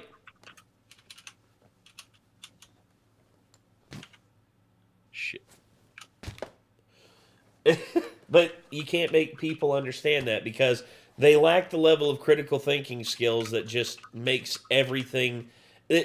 Nothing makes sense in their head because they lack the critical thinking skills to actually be able to like understand the nuance of the fact that not everyone's going to agree with you.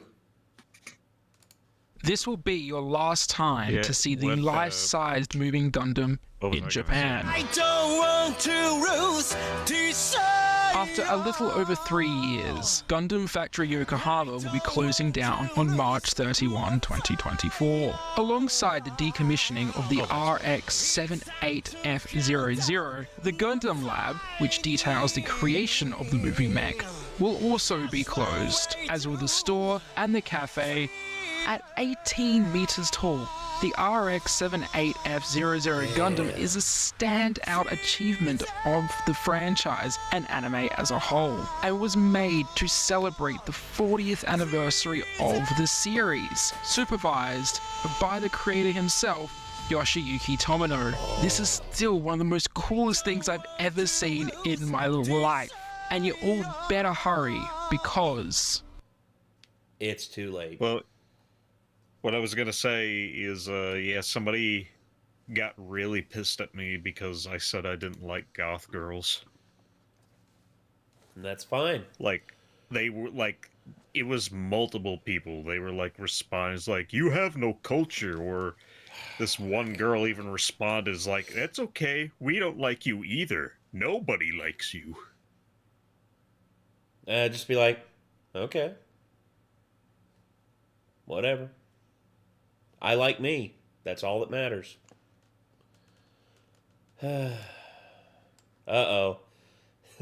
There's a giant watermelon on the floor. Oh my god. I hope the hippo doesn't eat. Oh. At least I'm not a whale. Oh shit. Okay, Ursula.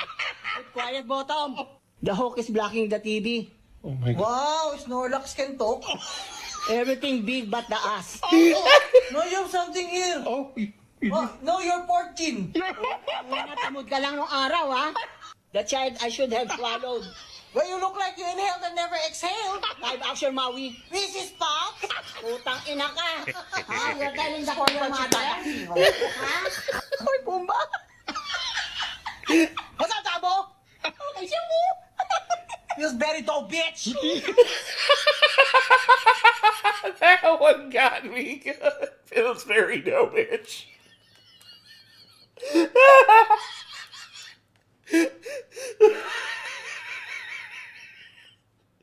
Oh, see? Cannot stand. 1, 2, 3, 4, 5.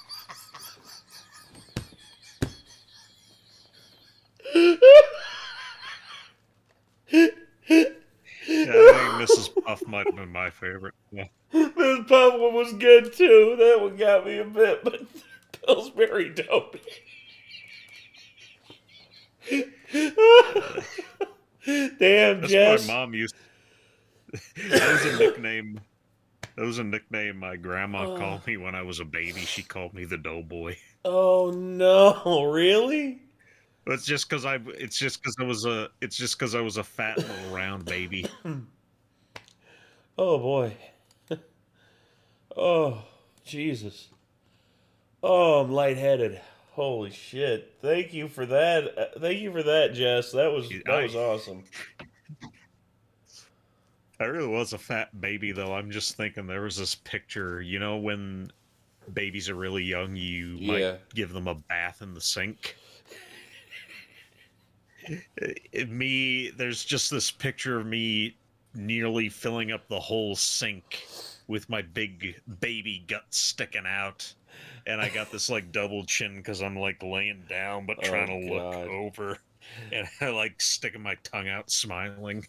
I was a fat. I'm about to bust. There you go. Thank you, Hank. Vibin, they're gone. Uh-oh. Orphans, the only cameraman. Uh-oh. So, okay, so I've had my fair share of like fat jokes shared about me, and I find a lot of them funny. But I will say this: I was a fat baby, like when I was born, because I was like, I think it was 21 or no 22. I think it was 22 inches long, and I weighed 8 pounds and 15 ounces. Like I was not the biggest baby, but I was a pretty big baby. I think I was 22 inches, but I forget how much I weighed. Yeah. My mom weighed 9 pounds. She was 21 inches long, but she weighed 9 pounds. She outweighed me, but I was like taller than she was when I was born. What do you think of road construction when they tear up the roads for no reason? Bryce Rutledge, I could go on and on and on about this. Oh. Somebody ring the Dinkster! Somebody did ring the Dinkster, and it was Optinate with Godzilla -1, the atomic breath scene. Oh, gosh. Oh, boy. Oh, I really cannot wait for the next one of this. This is going to be great. Okay, let's go ahead and get to Bruce. I sat in an 8-gallon bucket as a baby. Damn. Oh, no. Ray Stevens is in the hospital? Oh, no. Oh, no. Not Ray?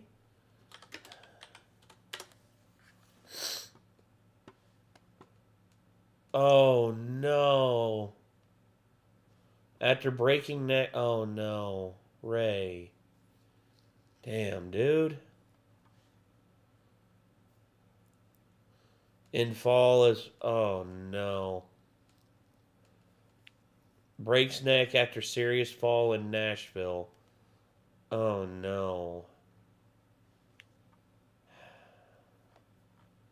87 years old and fell and broke his neck. That sucks, dude. He's not dead, though. No, but that's a broken neck, dude. A broken neck at that age is hard to recover from. All right, Prank War, Part 2. Prank me, baby, one more time. Now, you would think that after all this pine tree penetration and all this wacky wiener doodling, that maybe we could just call a ceasefire and end this stupid prank war. But you would be mistaken, because it turns out it's pretty fun making your friends look stupid. Or, even better, you make them look like some kind of weird pervert. But the first video was just the highlights of this prank war. So I'm going to give you a quick rundown on some of the incidents that happened. Ready? Here we go. Incident number 1. A few of us snuck over to Cody's house in the middle of the night, and we decided to put 400 oil change stickers all over his car window. That dumbass spent an hour and a half peeling every single one of those things off one by one. Incident number 2. We covered Brewer's room in wrapping paper, and then we drew a bunch of dicks on that wrapping paper. Did we really have to draw wieners again? Well, the answer to that is yes. Why would we break tradition? Look at that one's got a smiley face on it. All right. Incident number 3. Me and Cody dump a bunch of baby powder in the vents of David's car. We even snuck a shitty little hidden camera in the back seat. Here he is, starting up his car, looking like a baffled idiot, thinking his car's about to blow up. Incident number 4. Me and Steven blow up 200 balloons. Say what, Logan? My brother would hate that prank because to him, he says constantly that baby powder is one of the worst things he's ever smelt. Oh, yeah, the talcum, well, used to be talcum, but yeah, there's a lot of, like, there's a lot of people who associate that smell with just, like, not good. One night, and we stuff them all in his mom's bathroom. She was totally innocent, not even a part of this whole shitty prank war. Now she's over here trying to take a piss before work. Now she's got a goddamn birthday party in her bathroom. Oh my God, that would be terrible. This one was one of my favorite pranks, and it involved me and Steven going over to David's house while he was at work and stealing all his clothes out of his bedroom. We walk up to his house, his sister lets us right in. She doesn't give a shit. Oh, you're here to ruin my brother's life? Oh, well, come right in. I'll show you to the bedroom. Oh, we shoved life, all I of don't his know. clothes in Day? the trunk of my Yes. car. But we did leave him one t-shirt. It was one of my dad's old t-shirts, and it had a big-ass deer on it. Why the hell anybody would have that shirt, I don't know. Hey, why do you got that weird shirt of a deer?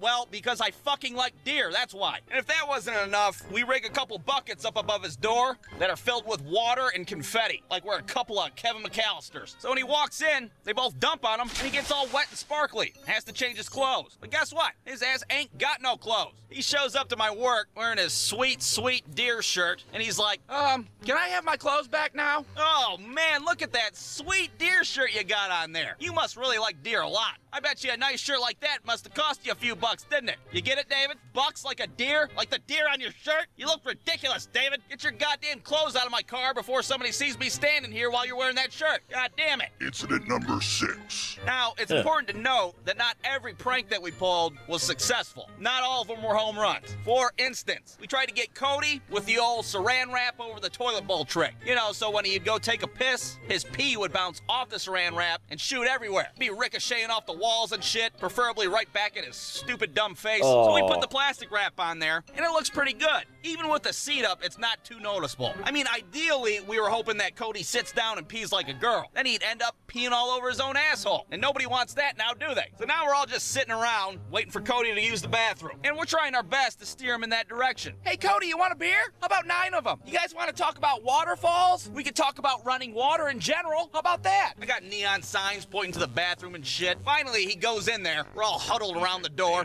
Ooh, he's gonna do it. He's gonna pee on himself because he's a stupid idiot. But Say what, Logan? The poster of Diedrich Bader from Office Space up there. Yeah. Yeah. What do you see yourself doing in the next 10 years? 2 chicks at the same time, man. Hey, has everyone ever said to you, somebody's got a case of the Mondays? No, man. Hell no. I think someone said to me, they get their ass kicked for saying that. But unfortunately, he doesn't pee on himself. He sees that saran wrap right away as soon as he walks in there. But he's looking at it a little perplexed. It doesn't quite click in Cody's brain that this is a practical joke. He just thinks that we're just a bunch of weird perverts that put plastic wrap over a toilet. What are you guys collecting your poop? Why is there plastic wrap on your guys' toilet? God damn it, Cody. You're supposed to pee on it so you get pee all over yourself. You guys really think I'm that stupid? Yes, Cody, we did. We thought you were so stupid. But you're a goddamn detective and you cracked the case. Congratulations. Now, I know what you're thinking. What if Cody would have taken a shit instead? I mean, what we should have done was feed Cody a bunch of Taco Bell. Oh, God. Hell, he'd be in that bathroom in no time. He probably would have never seen that. Down on a toilet that had its you-know-whats would eventually touch and feel it. Well, dude, like, your butt would, like, especially if it was close to the lid, close to the top, if it's attached to the top of the bowl, and you're sitting down on the toilet seat, like, your butt cheeks would feel it. As soon as you sit down, you're like, what the hell? Plastic wrap. He'd be standing there in my bathroom, freaking out, looking at his levitating turd, thinking he's some kind of shit wizard. Hey, you guys! That Taco Bell I had, it's making my poop float! Jeez. The shizzard. Oh, gosh. All right. That's it for the Bruce 2s there. Orphans, the only cameraman. Let's see what this is. They only think about their parents. They're gone. They can have a good gone. family, a good childhood. I won't let them. Adoption. Yeah, right, Big. Fuck your papers. I am cameraman.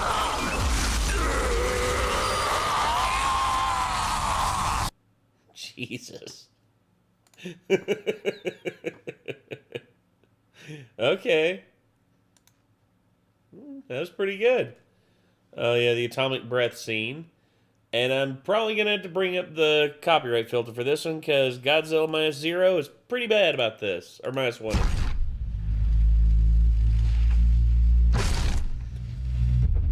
Here we go. Oh, yeah.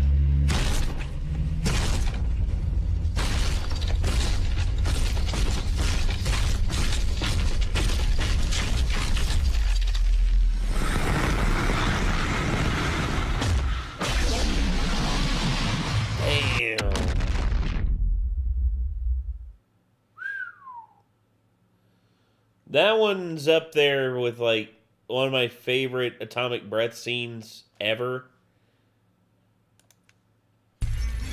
I'll tell you one that absolutely blew me away when I saw it in theaters. It was...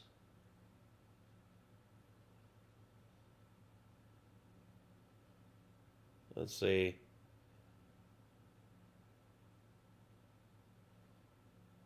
Oh, damn. They don't have it here? Oh, there it is. When I saw this in theaters, it literally made me, like, it blew me away. Yeah, the one from Shin Godzilla. I know there's people who shit on this movie now because of Godzilla Minus One, but dude, this, like, at first I was just like, Jesus, the whole city. And I was like, this, like, how the hell is this gonna go? And then I was like, no way. The music, the sound, everything was so good here. Yeah. And when he takes the beam across the entire city and is knocking skyscrapers over with him, just like, Jesus, that is amazing! Oh. I loved it, dude. It was so good. Godzilla versus Jaeger Mech, who would win? That was actually the plan to do. If Pacific Rim would have been more successful, they actually were planning to do a crossover film with the Godzilla franchise. And sadly, it didn't happen. And yeah, it's just okay. Atomic Breakdown the Mudos. Okay, that was great. That was great, but I still think the one from Shin Godzilla, in my eyes, in my mind, it's my favorite one. Oh, gosh. Here we go, George Carlin. But say what you want about America, land of the free, home of the brave. We got some dumbass motherfuckers floating around this country. You ain't kidding. Jesus. Dumbass motherfuckers. You know? Yes, we do. And they've multiplied. Good God. But we got Big Monkey instead. Nothing wrong with, like, Big Monkey. I like Godzilla and Kong, like, mixing it. I like that. I think it's cool. Personally, though, really would have loved to have seen Guillermo del Toro direct a Godzilla movie. I would have loved to have seen what he would have come up with. Now, obviously, that doesn't include this audience. I understand that. You seem intelligent and perceptive, but the rest of them, holy jumping fucking shitballs. Yes. Dumber than a second coat of paint. And this ain't just ranting and raving. This ain't just blowing off steam. I got a little evidence to support my claim. What's up, Sam It just Drizzy? seems to me, that only a really low IQ population could have taken this beautiful continent, this magnificent American landscape that we inherited. Well, actually, we stole it from the Mexicans and the Indians, but hey, it was nice when we stole it. Yeah, it was. In some places it still is, but yeah, for the most part it was. It looked pretty good. It was pristine. Paradise. That's debatable, but yeah. Have you seen it lately? Have you taken a good look at it lately? It's fucking embarrassing. Only a nation of unenlightened half-wits could have taken this beautiful place and turned it into what it is today, a shopping mall. A big fucking shopping mall. Now it's a big online shopping mall. With drones flying everywhere, delivery trucks everywhere. It's, oh God, it's bad. It's bad. You know that's all you got. That's all you've got here, folks. Mile after mile of mall after mall. Many, many malls. Major malls and mini malls. They put the mini malls in between the major malls. And in between the mini malls, they put the mini marts. And in between the mini marts, you got the car lots, gas stations, muffler shops, laundromats, cheap hotels, fast food joints, strip clubs, and dirty bookstores. America the Beautiful. One big transcontinental commercial cesspool. And how do the people feel about all this? How do the people feel about living in a coast-to-coast shopping mall? Well, they think it's just fucking dandy. Good God, that is so accurate. It friggin' hurts. Oh my God, dude. It's like, yeah, just look, and look at that face there that George is making. That face that George is making right here. Hold on, let me see if I can properly. Yeah, there you go. They think it is cool as can be because Americans love the mall. They love the mall. That's where they get to satisfy their two most prominent addictions at the same time: shopping and eating. Millions of semi-conscious Americans, day after day, shuffling through the malls, shopping and eating, especially eating. Americans love to eat. They are fatally attracted to the slow death of fast food. Hot dogs, corn dogs, triple bacon cheeseburgers, deep fried butter dipped in pork fat and cheese whiz. Okay. You had me with the first few there. Food. Hot dogs, corn dogs, triple bacon cheese. Yeah, I usually get a double. I usually go with a double baconator. Burgers, deep fried butter dipped in pork fat and cheese whiz. Mayonnaise soaked barbecue.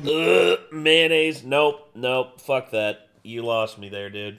Mozzarella patty melts. Americans will eat anything.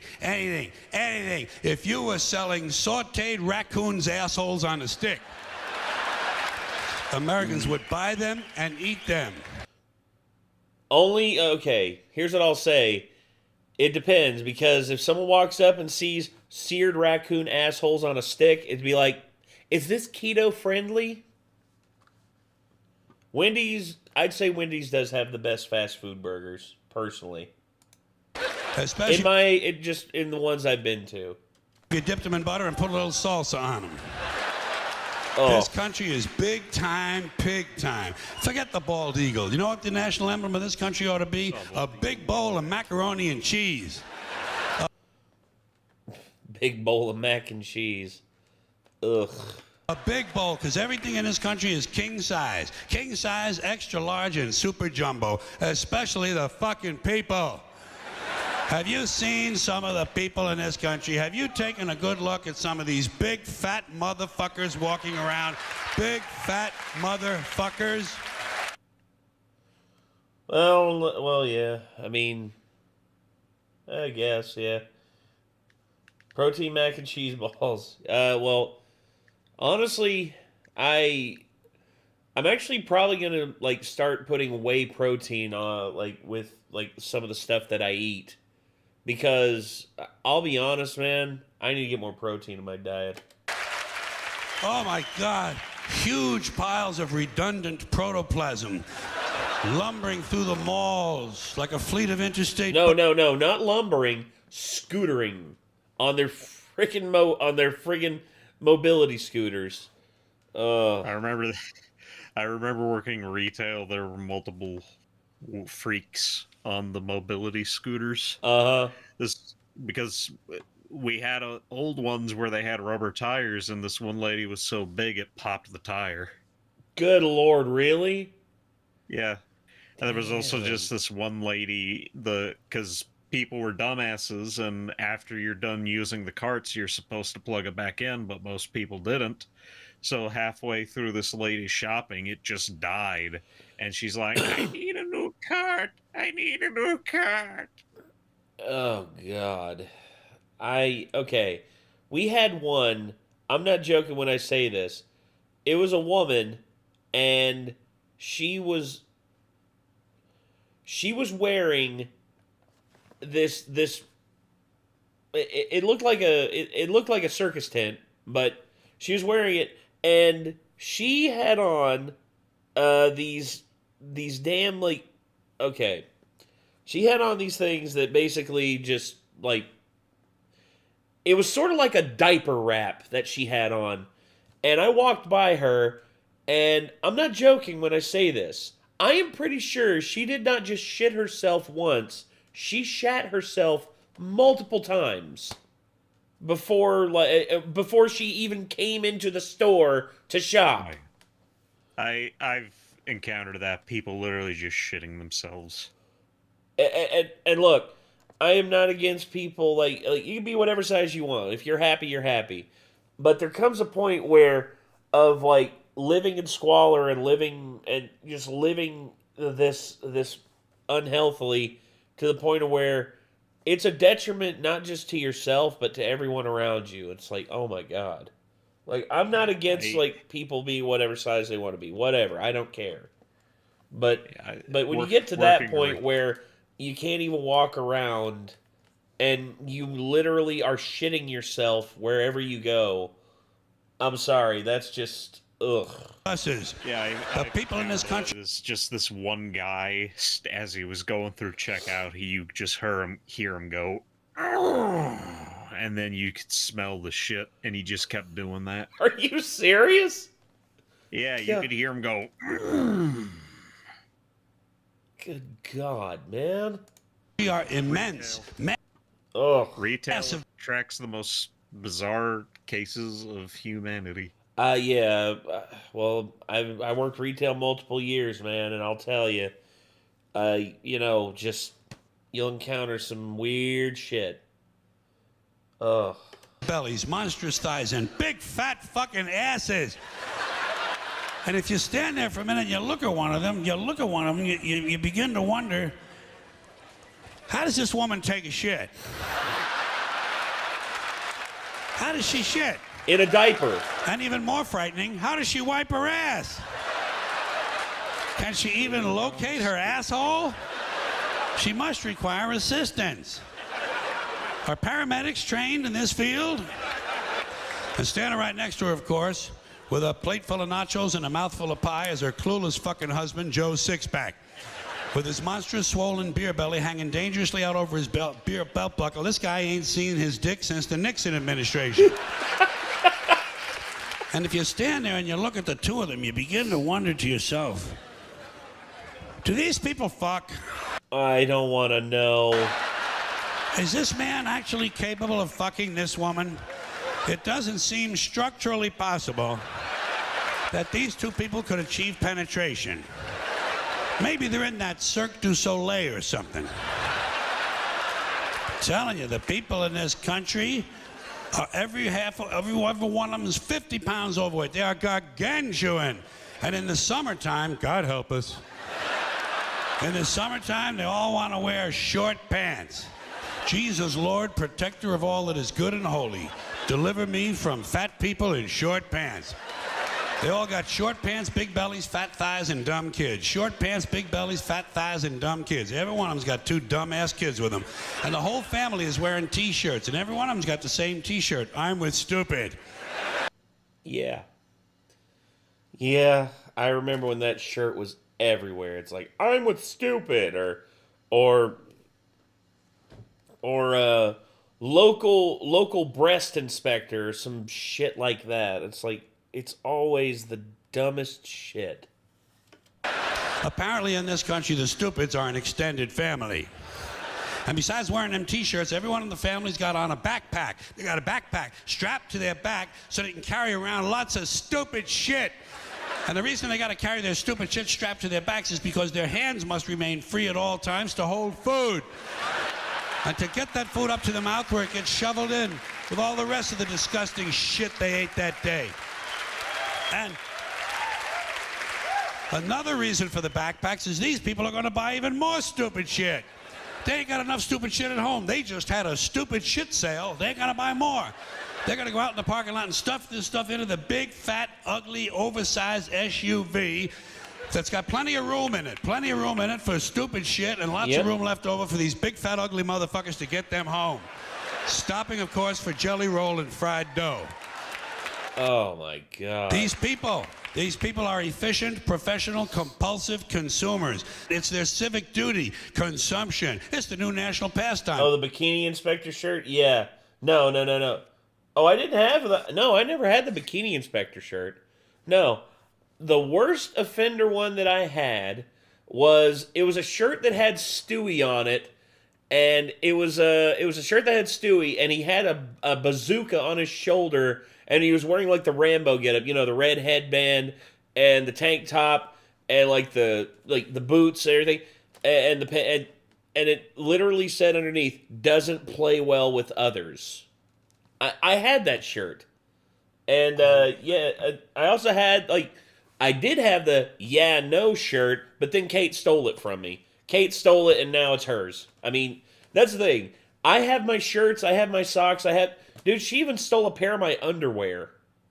And I'm just like, okay. And she's like, she's like, but they're so comfortable. I'm like, I know. That's why I bought them. That's why they're mine. I am remembering, I don't think it's what the shirt said wasn't weird. It's what the image on the shirt that was weird. It was this guy at the grocery store I used to walk. He walked in, and the shirt said 4 Horsemen of the Apocalypse. And then it was like 4 images. One, it showed Adolf Hitler. It was like, okay. Yeah. Then it showed Osama bin Laden. Okay. Darth Vader. Okay. And then finally, Barack Obama. Yep. Knew it. I knew it. I knew it had to be that. It's always... Oh, my God. How many of her hoodies has she stolen? Okay. I haven't stolen anything of Kate's. Because I'll be honest, none of the shit she wears will fit me. Good God. I can only imagine if I tried to steal a pair of her underwear. like, nope, none of this fits. She has to strive for that pair of underwear. Shut the fuck up, Nerd Rage. Kate's not a freak like that. Kate does not worship the ground that I walk on. Instead, she looks over at the baseball bat in the corner of the room and is just like, maybe I could knock some sense into him. Just...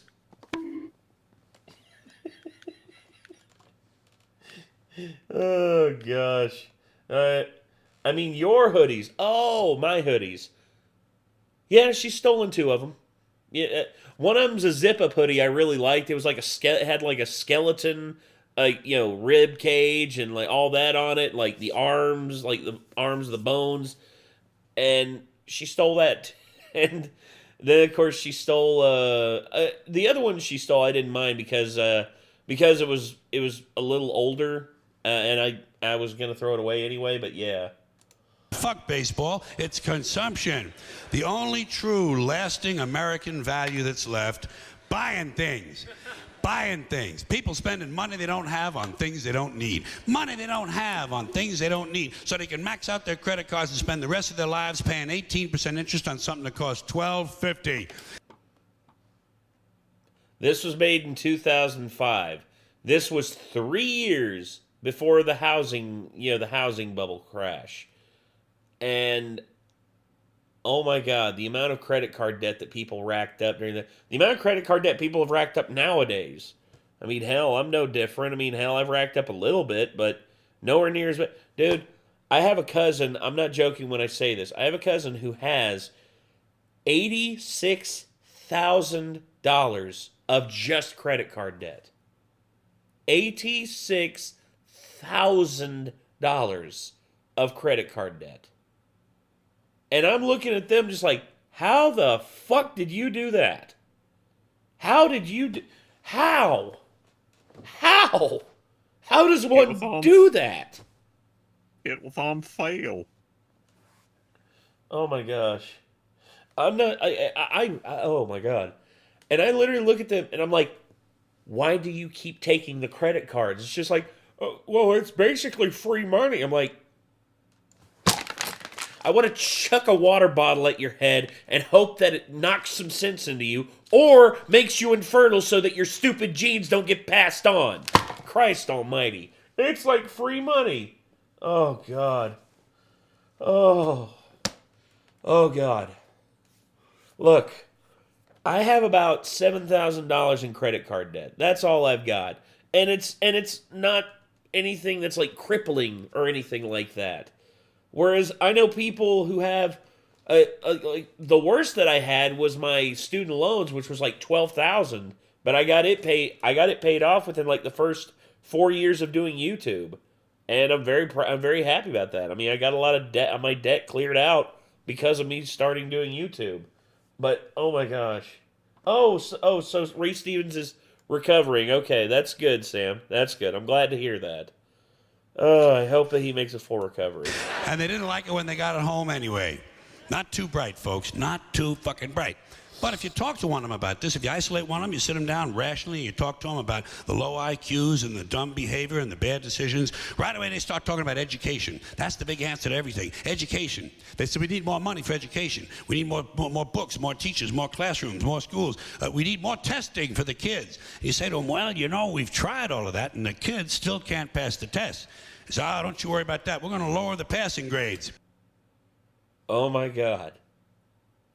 This is like some Orwellian shit here. Instead of Orwellian, it's going to be called Carlinian because of the amount of shit that George Carlin just called 20 plus years before it even happened. George Orwell with 1984 called a bunch of shit.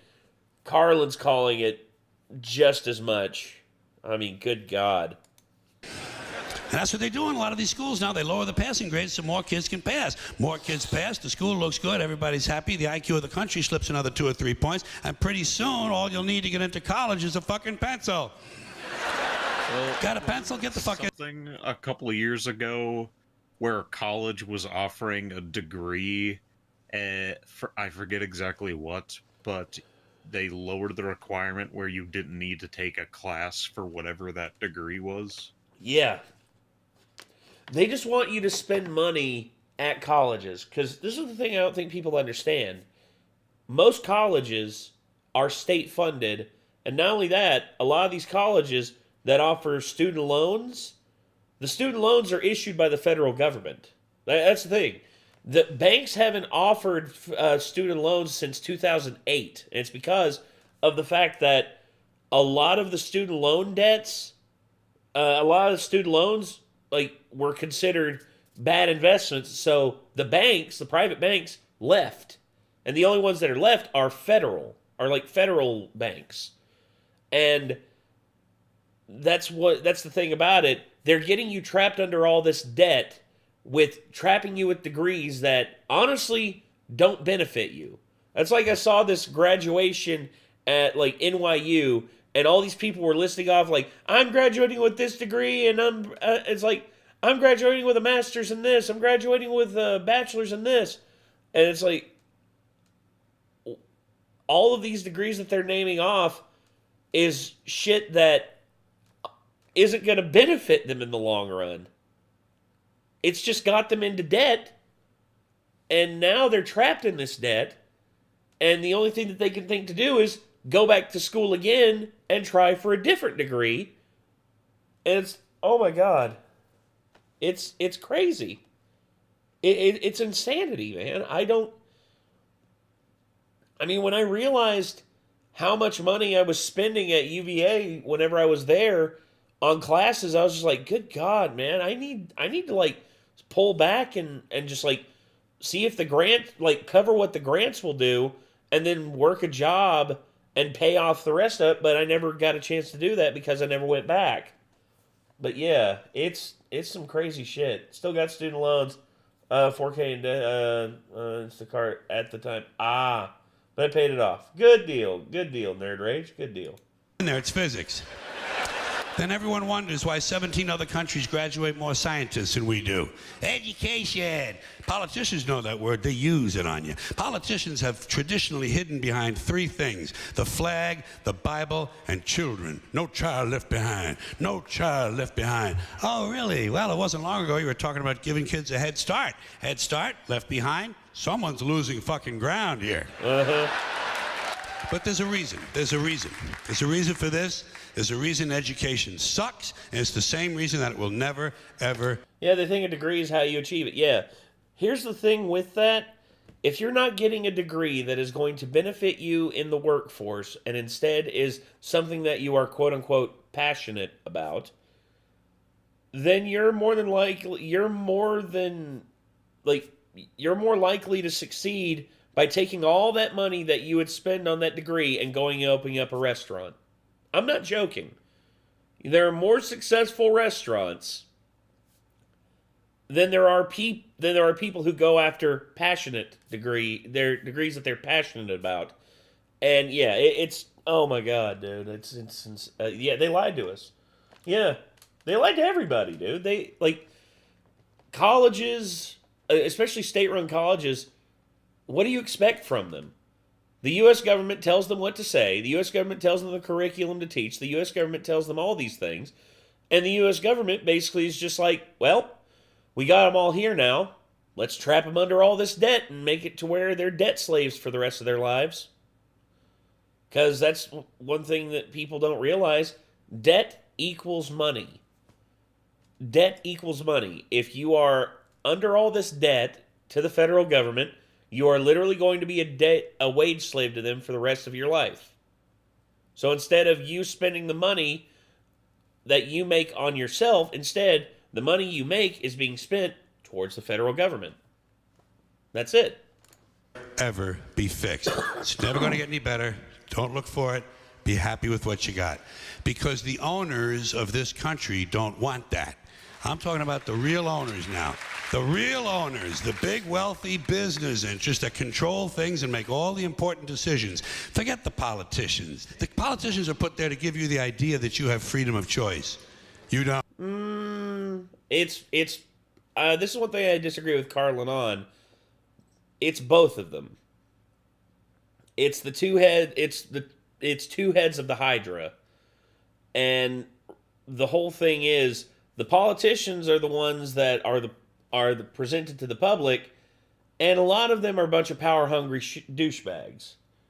Whereas, the rich people behind the curtain, yeah, there are a lot of them pull sway and have power because of lobbying and everything like that.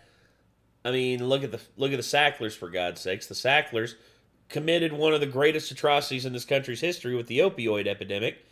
And have any of them gone to jail? No. How much money have they paid? They paid like several $1 billion. Yeah, they made over $100 billion off of the entire thing. So, yeah. And the Sacklers, we shut down their company. And yeah, they shut down their company and they made Chapter 11 of that company. They just started up another one. Like literally, nobody went to jail. You have no choice. You have So I think we should have free college. But there's the crux of it. Free college, in order to have free college, it has to be paid for. Who's going to pay for it? That's always what it boils down to. And as much as I think free college is a decent idea, like, it's always good to say things, but at the same time, like, I have all these ideas, and then I always arrive back at the point, it's like, oh yeah, the practical application, like who pays for it? What gets, who foots the bill for it? And as much as I want to say it, I really wish that there was a way for college to be free that didn't depend on, like, government assistance or government intervention, stuff like that. I wish there was a way for, like, a community to come together and make a free college, but sadly, it's never going to happen. They own you. They own everything. They own all the important land. They own and control the corporations. They've long since bought and paid for the Senate, the Congress, the state houses, the city halls. They got the judges in their back pockets. And they own all the big media companies, so they control just about all of the news and information you get to hear. Yes, that's true. I mean, you look at Vanguard and you look at BlackRock. Vanguard and BlackRock have vested interests in over 80% of all businesses in the United States. And the people who run those two companies, are some of the richest people in the world. It's crazy shit. Got you by the balls. They spend... Tax the rich. It's that simple. No, it isn't. Because I think fair flat tax rate is the way to go. Fair flat tax rate and basically making the government not deficit spend at every fucking turn. This is my problem. Everyone says, oh, well, the reason why is tax the rich. Well, I think if you do tax the rich and tax at a fair flat tax rate of 12%, heck, maybe as high as 15%. I don't know. Start at 10 and work your way up from there. But the problem is, all of these people who are in Washington don't want that. They basically want everyone mad at each other and everyone just cutting each other's throats so that no one can ever rise up and actually solve the problem. They don't want the problem to be solved. They want to keep taking advantage of the broken system that's in place because it benefits them. And yeah, it's just... Deficit spending is what you need to get rid of. You need to get rid of deficit spending. When our government... This is the law that I would make. Number one, if our government... I'm talking every member of the U.S. government... If our government spends more money than what comes in through taxes... If our government spends more money than what comes in through taxes... None of them are eligible to run for office next term. I think it's that simple right there. Basically, if you make that a law, it's okay, if you all spend more money than we actually have, then yeah, we're not gonna let you be reelected. Yeah, that's. Oh gosh. Not a flat rate for everyone. No, I think it should be flat rate for everyone. Because, truth be told, when you tax every individual the equal amount in the country, it does balance out more. I mean, more countries, we have the most complicated tax bracket of any country in the world, whereas these other countries have a very simple tax bracket. They have a very simple, flat tax bracket, and their shit is easy to figure out. Hell, Mexico... I applaud Mexico for having, their tax situation figured out. I mean, they handle their taxes basically every which way. It's if you do your taxes early, you actually get a discount on doing your taxes early. And as long as you submit it before the due date, you're not punished. That's fair. And everything's flat and fair over there. Billions of dollars every year lobbying to get what they want. Well, we know what they want. They want more for themselves and less for everybody else. But I'll tell you what they don't want. They don't want a population of citizens capable of critical thinking. They don't want well-informed, well-educated people capable of critical thinking. They're not interested in that. That doesn't help them. That's against their interest. That's right. They don't want people who are smart enough to sit around the kitchen table and figure out how badly they're getting fucked by a system that threw them overboard 30 fucking years ago. They don't want that. You know what they want? They want obedient workers. Obedient workers. People who are just smart enough to run the machines and do the paperwork and just dumb enough to passively accept all these increasingly shittier jobs with the lower pay, the longer hours, the reduced benefits, the end of overtime, and the vanishing pension that disappears the minute you go to collect it. And now they're coming for your Social Security money. They want your fucking retirement money. They want it back, so they can give it to their criminal friends on Wall Street. And you know something? They'll get it. They'll get it all from you sooner or later, because they own this fucking place. It's a big club, and you ain't in it. You and I are not in the big club. And by the way, it's the same big club they used to beat you over the head with all day long when they tell you what to believe. All day long, beating you over the head in their media, telling you what to believe, what to think, and what to buy. The table is tilted, folks. The game is rigged. And nobody seems to notice. Nobody seems to care. Good, honest, hard-working people, white collar, blue collar, doesn't matter what color shirt you have on. Good, honest, hard-working people continue. These are people of modest means. Continue to elect these rich cocksuckers who don't give a fuck about them. They don't give a fuck about you. They don't give a fuck about you. They don't care about you at all. At all. At all. This is true. Yeah. You know? And nobody seems to notice, nobody seems to care. That's what the owners count on, the fact that Americans will probably remain willfully ignorant of the big red, white, and blue dick that's...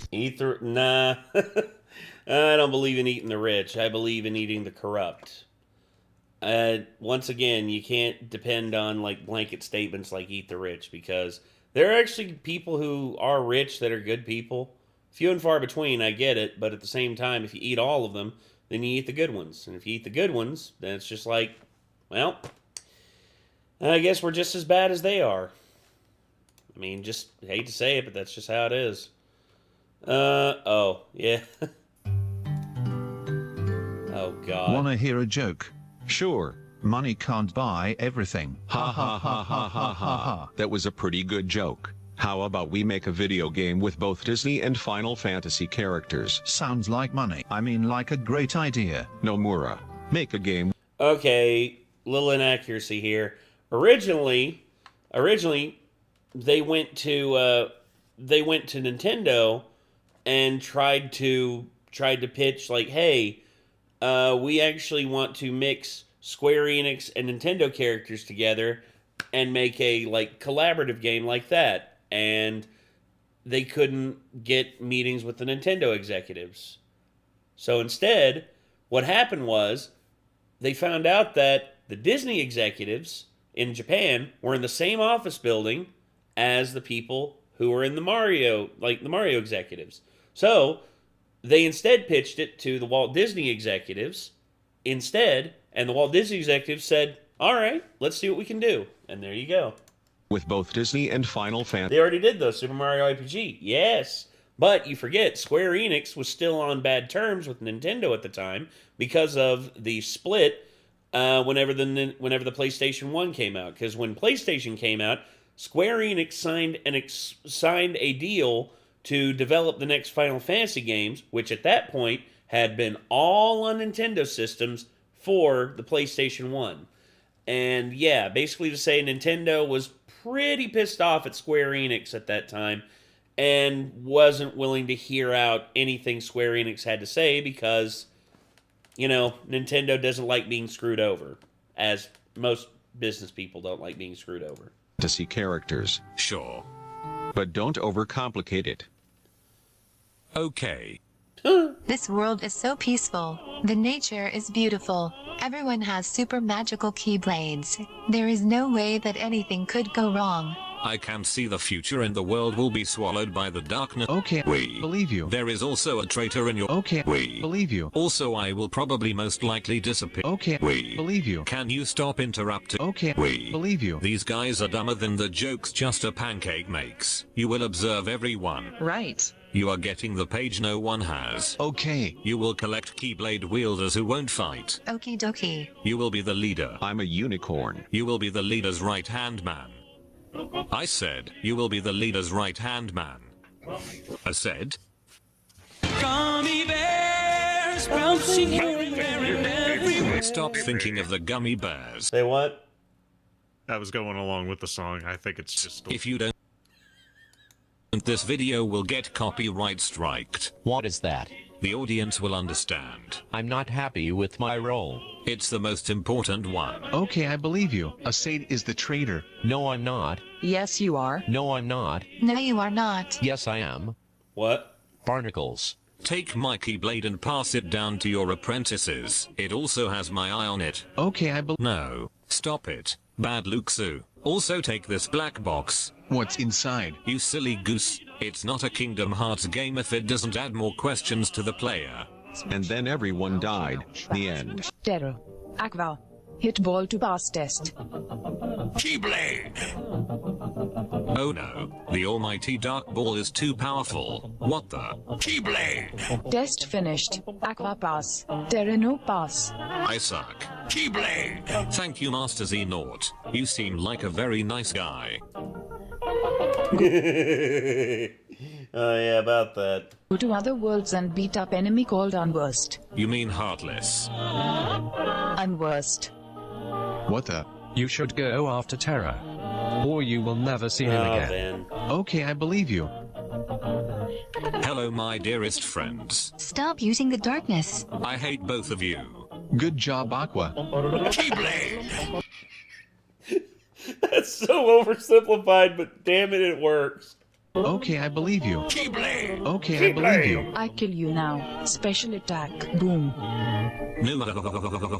Swoosh. Oopsie daisy. You are grounded. No more computer game. Ouchie, ouch. Bye. Keyblade!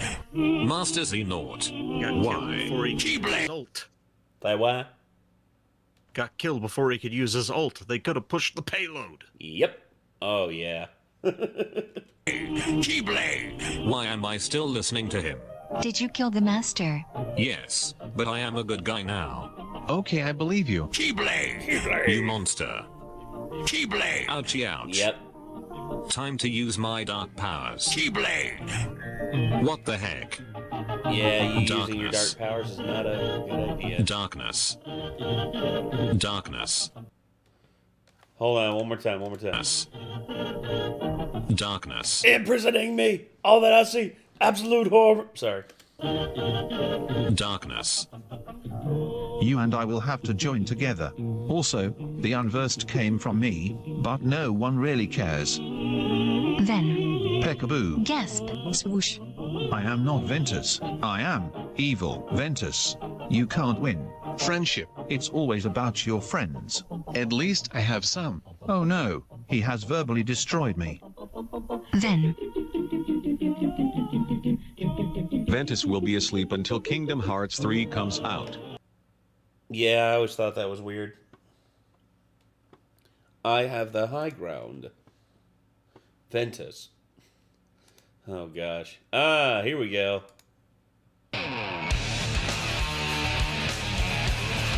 Okay, I can only do like. I worry about songs like this because it can really mess with like just like the stream and all that. So if I have to end it early, I'm sorry. I just.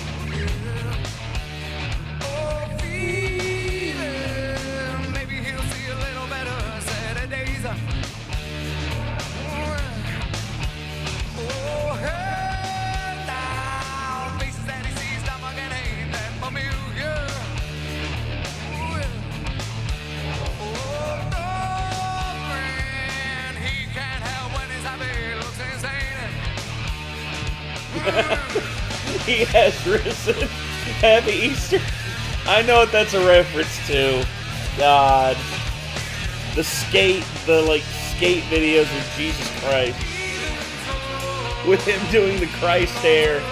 And just floating through. And just be like, ha, checkmate, atheists. Oh, that's good. Oh, man.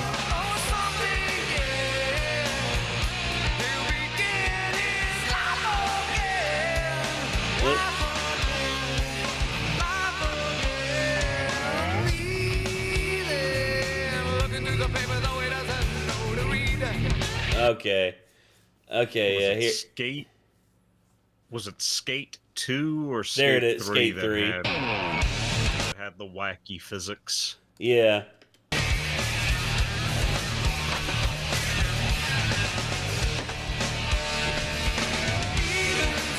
Here it is.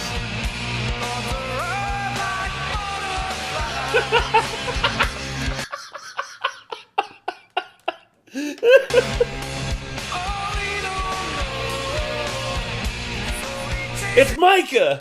He has returned! I thought it was Andrew WK for a second. Party, party, party! I wanna have a party! Oh gosh. Hold on.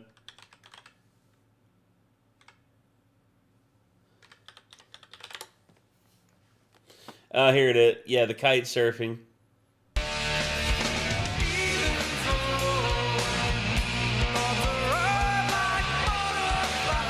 Literally running on water. That's so good. Oh, man. He has risen. That's true. Jesus, is that you? This is the one with the side view. I like this one a little bit. Although, yeah, there it is. I love that one right there. That was so good. Oh, gosh. All right. So, DJ Cumberbund. Oh. Here's mine. Ladies and gentlemen, the Ramones. I'd just like to say this gig sucks. 1, 2, 3, 4, 5. Let's go. Oh my God. DJ. Let's go. Let's go. The 4 minutes straight line. They're going through a tight one. They keep the list. Tell him, Joey.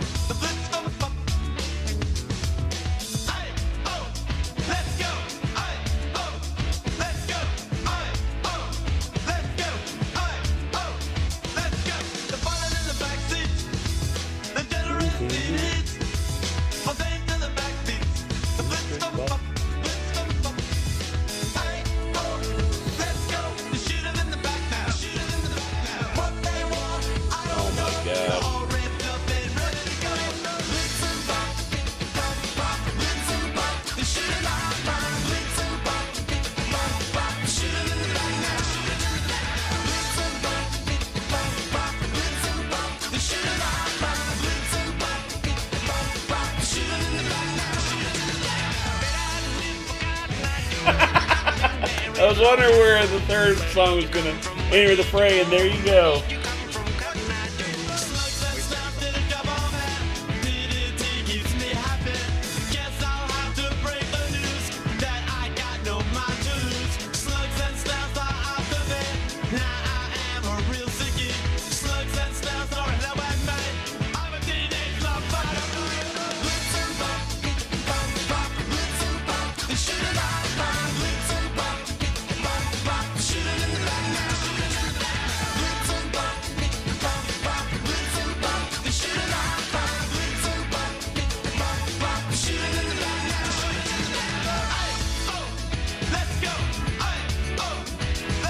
Dear God, Logan. Why does the mashup sound so good? Because it's DJ Cumberbund. That's why. And Logan sent it. So Logan, your ear for mashups is undefeated at this point.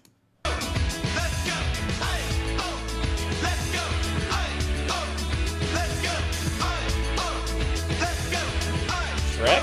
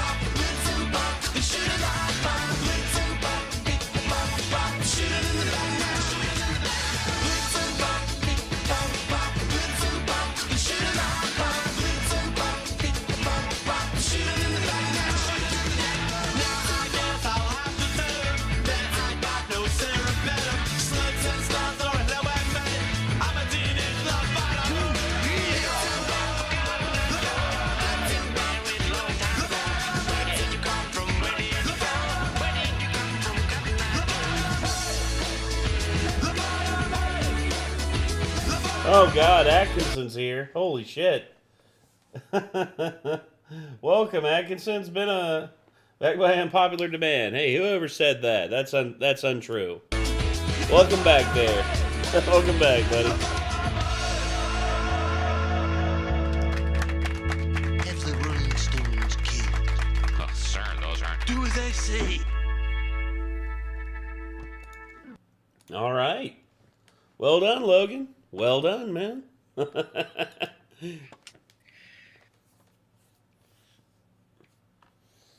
That was a good one. I will give that definitely a thumbs up on the selection there, Logan. Good job. There's another song mashup I keep trying to remember every once in a while, and I keep trying to find it, and I can't find it again. Oh. Where it was Let the Bodies Hit the Floor, Pitbull, and some other song, I forget. Oh, Jesus. That sounds about right. These are 5 corporate franchises that I feel like you could drop into a D&D campaign and nobody would question why they were there. They just Is one of them Costco? One of them has to be Costco.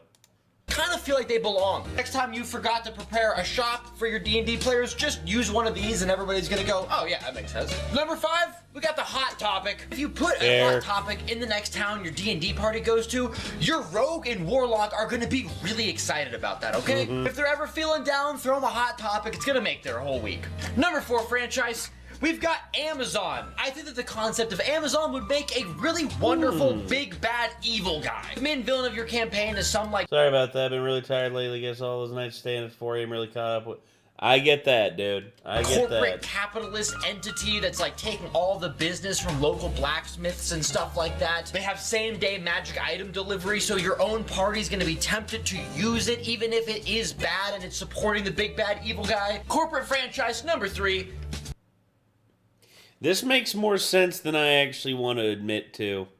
Cracker Barrel, yeah, this could exist in a D&D world. The old barrel of crackers. Yeah. That's what you could actually call it. The old barrel of cracker. Ye old barrel of crackers. We've got the Cracker Barrel. Look, I don't feel the need to elaborate on this too much, but if there are shirts not being sold by the company, but of the company being sold that look like this... Sour candy or hard candy? I don't mind either one. Say what? Aren't there sour hard candies? Yes, there are. I actually... my niece actually gave me a warhead while I was up at her house, at my sister's house over the weekend, or like Easter weekend, and yeah, it was in between like the Easter egg hunts. Oh God, who is that? But yeah, and she gave me a warhead, and warheads are in fact sour hard candies. This, you could throw it in D&D and it would make people giggle. Corporate franchise number 2. Say what? There are just sour Jolly Ranchers too, aren't there? Yes, there are sour Jolly Ranchers. Also, Buc-ee's. Yes. Buc-ee's corporate franchise. Yes, I agree. Buc-ee's deserves to be in D&D. We've got the Buc-ee's. Now, important note, if you do put Buc-ee's into your D&D campaign, I do need the weird beaver mascot to be an actual humanoid beaver that is like the shopkeeper who sells the party all of their wares. Yeah, and his name is Bucky.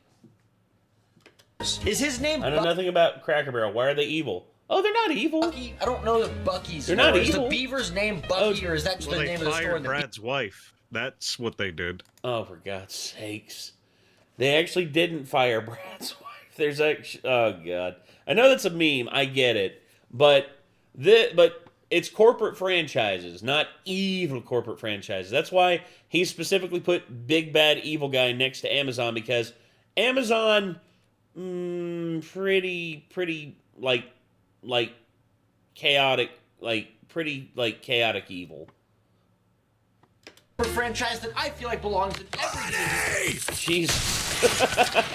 Waffle House! Yes! The Coliseum of the American South. Hell yeah.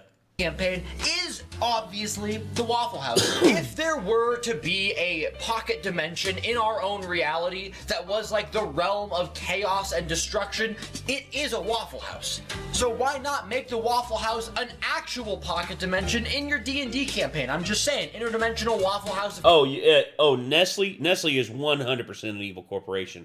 I don't buy any of Nestle's shit anymore, dude. I don't buy anything of Nestle anymore. Chaos sounds like somewhere most D&D parties would want to go to have a drink. Here are 5 franchises you should put in your D&D campaign. Okay, bye. Wait, hold on. There's actually a Tater the Bard video. Tater the Bard. Nathan. Again. Okay. Hold on. Someone told me to look this one up. Okay, campaign red flags. D&D campaign red flags. I'm not. Let's see.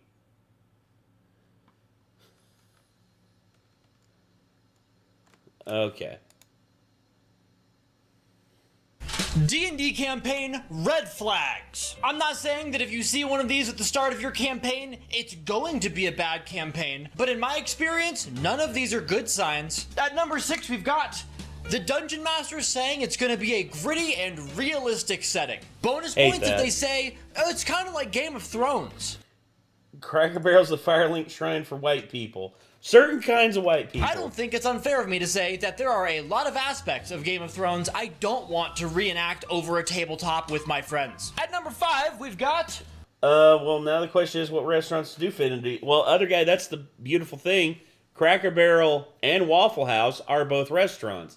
Now, Buc-ee's technically could be considered a restaurant, but Buc-ee's is like the Walmart of gas stations. I'm not joking. That's literally like my best attribution to that. Minus the pharmacy, of course. That is unless you don't count the truckers selling pills outside, out the back of the store, which there's the reason why they don't allow like big rigs up there anymore. My immediate thought is Burger King, just because King. Burger King, yeah. Or maybe a Tim Hortons just for all the bakery stuff. I could see that. Fair enough. Using standard array. Not really as egregious as Game of Thrones, but just say you're a coward and you're afraid of random stats. This isn't my gambling problem talk. Oh, no. Okay. We usually do standard array, and I know it makes us basic bitches, but hey, we've only played like 4 campaigns. But yeah, anyway. Okay. At number 4, we've got DM NPCs. Oh my God. I know that you can do a DM. I'm glad Nick isn't like this. I'm glad Nick doesn't do the whole thing where it's like he basically brings his player character into the game and just takes it over. I've heard about that happening with certain D&D groups. I'm glad Nick isn't like that. Neither is Gavin. So thankfully we've been lucky on our DMs being awesome. NPC and not have them be a problem, but if I see one more DM NPC with a +3 sword at level 2 who gets the final kill on every single monster, I'm going to have a fit. At number 3, we've got having a ton of character restrictions. Nick doesn't do that. Nick and Gavin have never done that. As a matter of fact, when I asked Gavin, I'm like, okay, are there any restrictions or anything we need to know about? He's like, oh, no. Use whatever rulebook you want to. I'm like, whatever rulebook we want? Yeah, go ahead. I was like, what about this? He's like, oh, don't worry, I'll figure out a way to make it work. I was like, okay. Hey, I want to play a tiefling. Oh, sorry, those actually don't exist in this campaign. Oh, okay, well... Are there Tim Hortons in America? Yes, I do know of several Tim Hortons. Very few. In, like, northern America. Like, northern United States of America.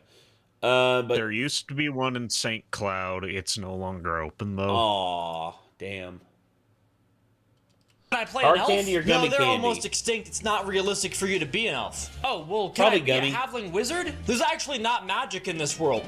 Okay, and I'm actually not in your campaign anymore. Bite me. At number 2, we've got not allowing players to set boundaries. Okay, which... If degenerate DMs come in and just like try and start, or like degenerates come into the game and just like say like, I seduced your character. I rolled higher than you, and now they have to do whatever I say. And I'm like, no, get the fuck out. Yeah. Tim Hortons. Hey, I know. Tim Hortons is in 15 U.S. states. Oh, there you go. So yeah, more states than I was expecting. I was expecting like Delaware 10 or under. Delaware, Florida, Georgia. We're just playing. Indiana, Kentucky, Maine, Michigan, New Jersey, New York, Ohio, Pennsylvania, Tennessee, Texas, Virginia, West Virginia. Are you? It's mostly like an East Coast and Midwest thing. Holy shit. I thought it would be like all the northern states, dude. I figured there'd be like one in Washington State or Oregon, maybe like one in Idaho or Minnesota or like I never thought there'd be like one in Florida. There used to be one in Minnesota. We don't have any more Tim Hortons. Oh, damn. I only been there once, though, and it was nice. Nice donut. Chocolate candy or marshmallow? Chocolate. Chocolate, dude. I like marshmallows good enough, but give me the chocolate, bro. Make believe, but if somebody... It's because Minnesotans are too loyal to Caribou. Tim Hortons is the Starbucks of Canada. Yes, it is, in fact. Your table communicates that they're uncomfortable with a topic. The Starbucks of Minnesota. There you go. I don't know. Maybe we're all here to have fun, and that's an okay thing. And my number one D&D campaign red flag.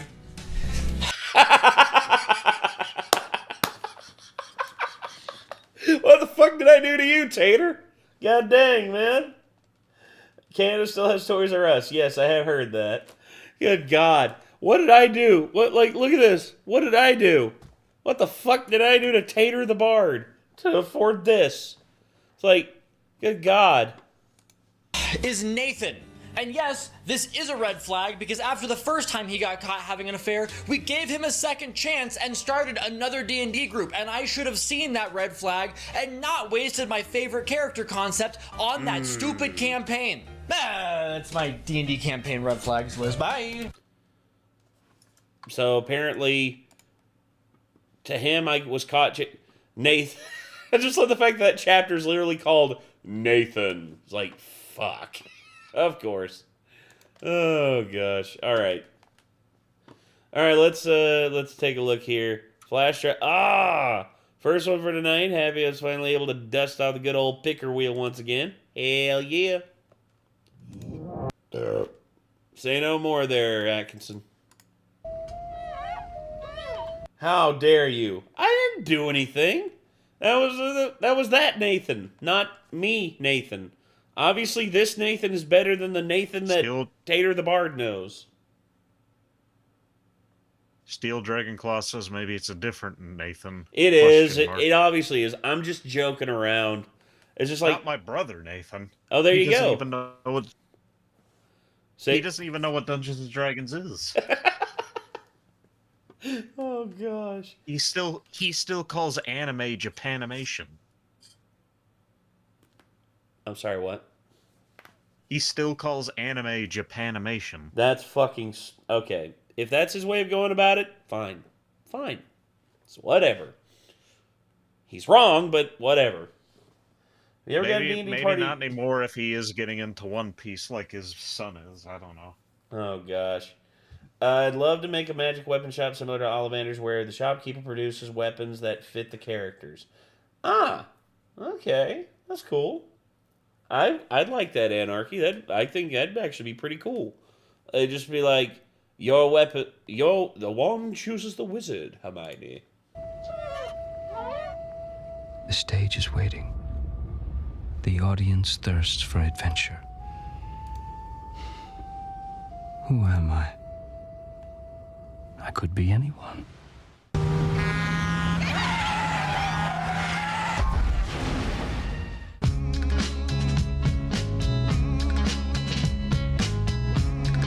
My dude.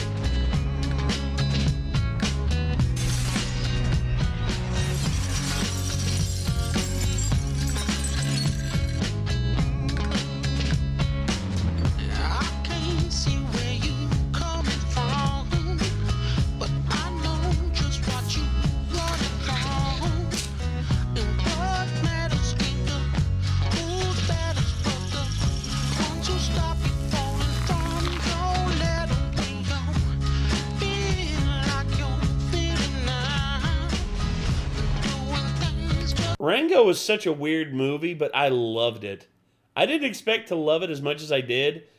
But when I was watching it, I was just like, dear Lord, they're like the animation and everything they're doing in this is so good. And then when you go back and... Go ahead. I wasn't sure what my dad was going to think of this because he loves Westerns. I'm not a big Western fan, but I do like Rango. Mm-hmm. And they just came... We were visiting my brother, and they had Rango, so we watched it. He was silent through most of the whole movie until, like, the water ritual thing when they're all doing the dance.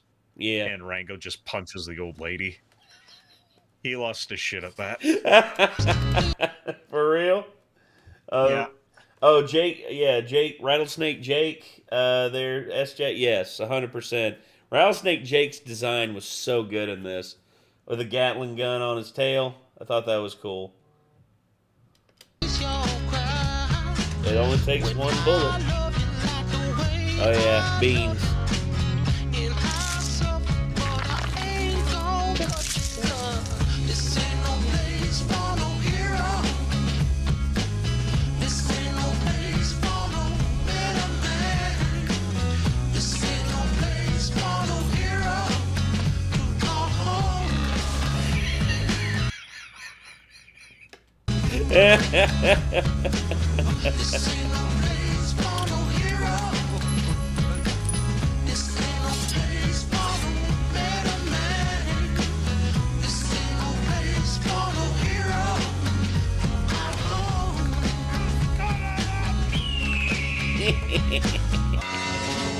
Every time I close my eyes, I think about you inside. And your mother giving up on asking why you lie and you cheat.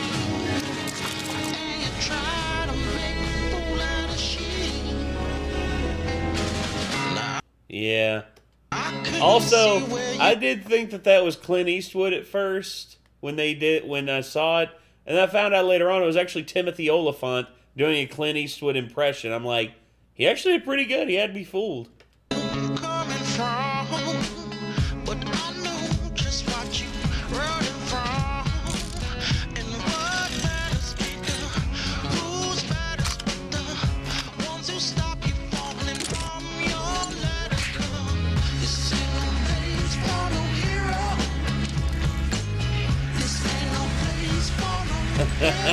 Rattlesnake Jake. I love that design, dude.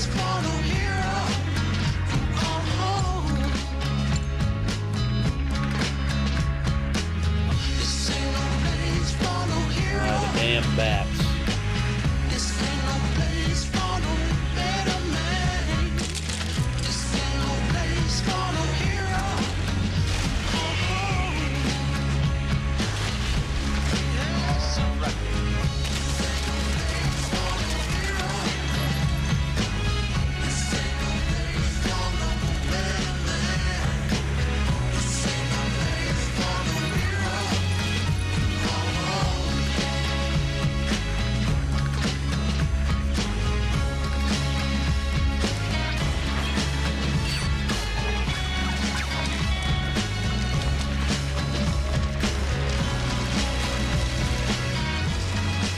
Bye-bye, birdie.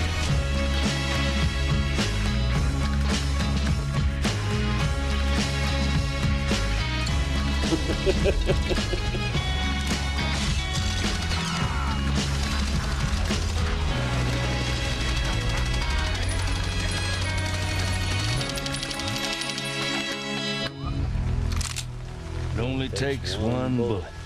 You ain't got the nerve. Try me. Try me. So good. Loved it. All right, Mouse PI for hire. There we go. Welcome to the trap, mouse. What a crappy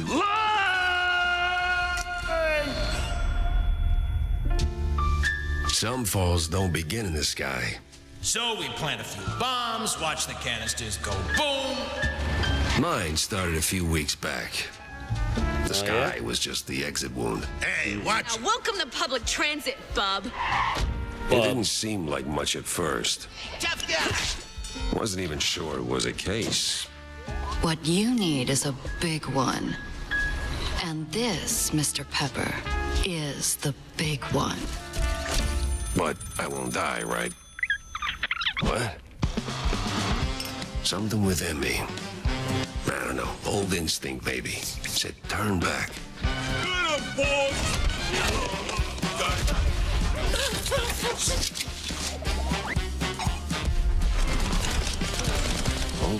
Get some solid evidence, and we'll get to the bottom of this in no time.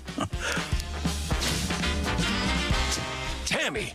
Ain't you a sight for sore eyes? Don't go count your mice just yet. They're coming. Just shut up and keep firing. Stop right here. This is the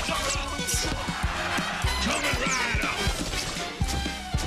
This case was more trouble than it was worth. Jack. But, well, trouble is what I do.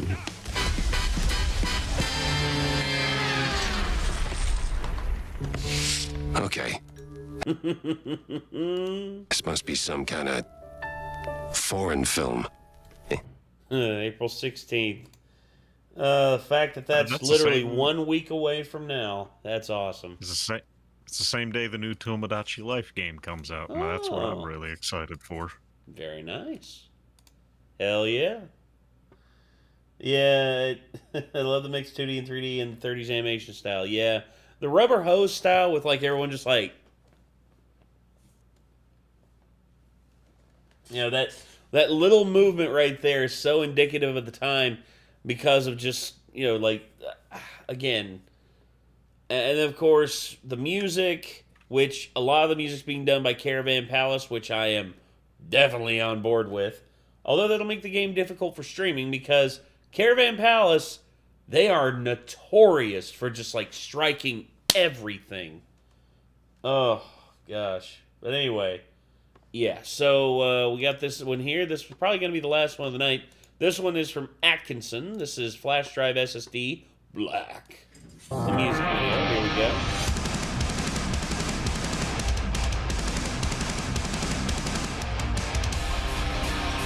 Alright, Steel Dragon. Big guy needs sleep. Alright. Works for me. Hopefully we'll see you. Hopefully we'll see you again here soon.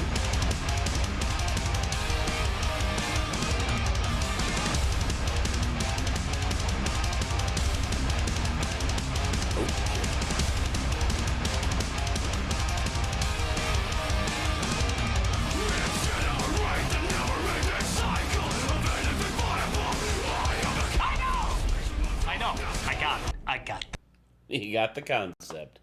Alright, who was that? Oh, Smart Otaku. Uh-oh.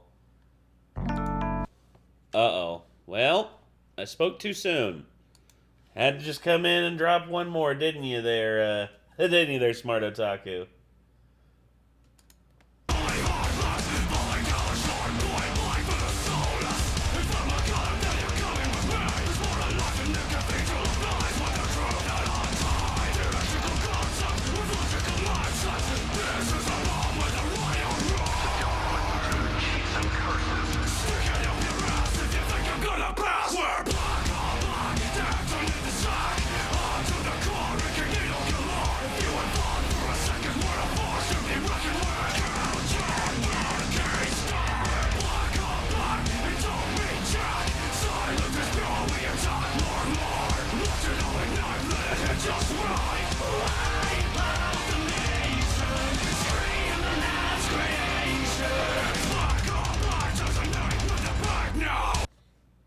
Actually, I said something earlier on a video when I was recording with Kate, and I know I'm going to have to censor it. I know I'm going to have to censor it because it's just like, as soon as I said it, I meant it, but I was just like, yeah, YouTube's not going to like that very much. So, yeah, I'm just going to not put that in the video.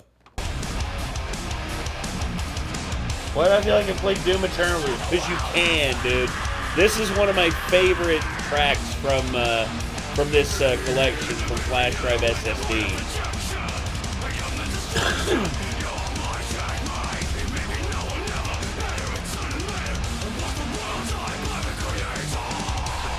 Over the toilet, someone did not flush. Yes, Bryce.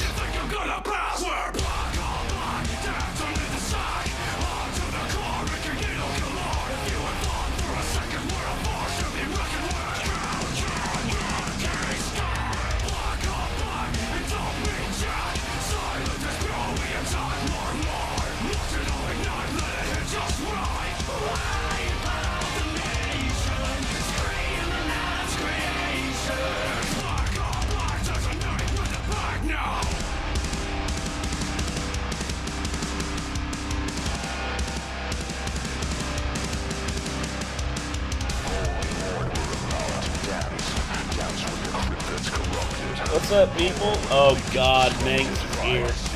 Hello, Manx. How are you? What's worse, a tattletale, a snitch, a rat, or a snake? A snake. Because a snake literally like bites you in the ass and can like hurt you really bad.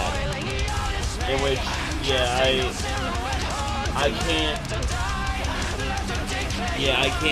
I can't even like think the others are as bad, because a snake causes probably the most damage.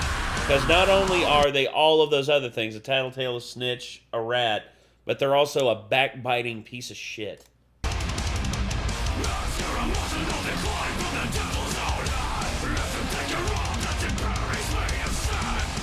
Oh God.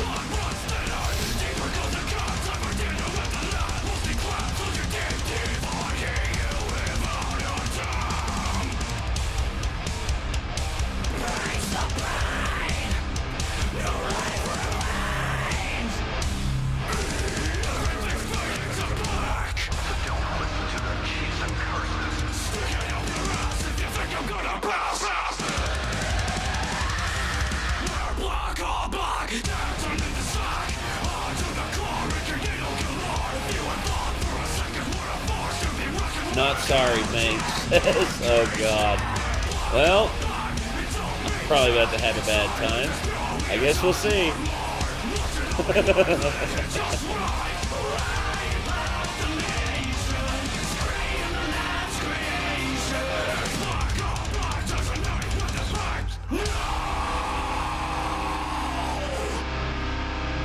Damn.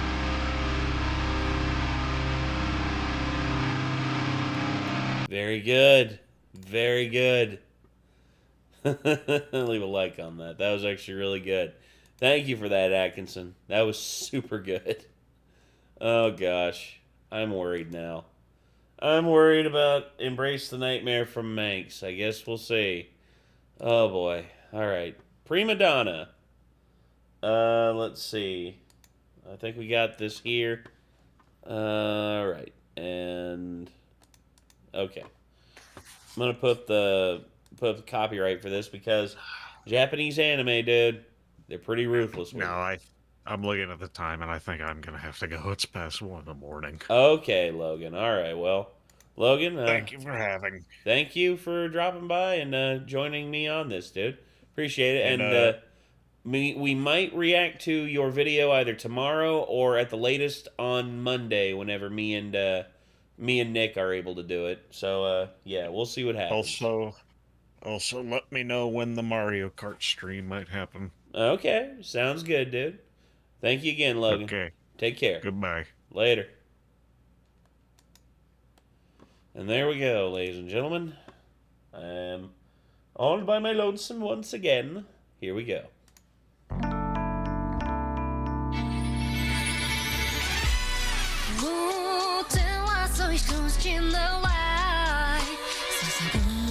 Tea or coffee?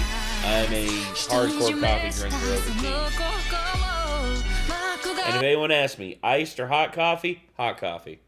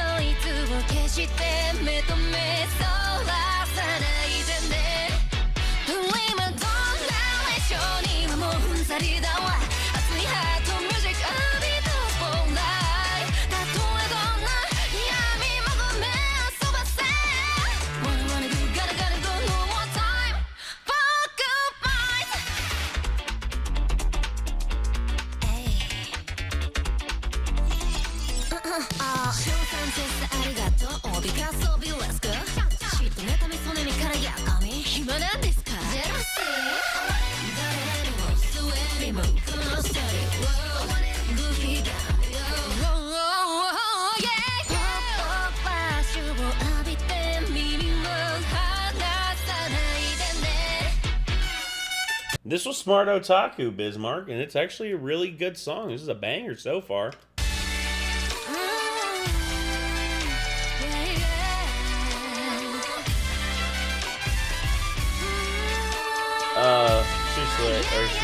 Okay. Part-time bartender. Rose to be top 15 in Japan. First song is... Oh, damn. Awesome. That kicks ass, dude. I like that.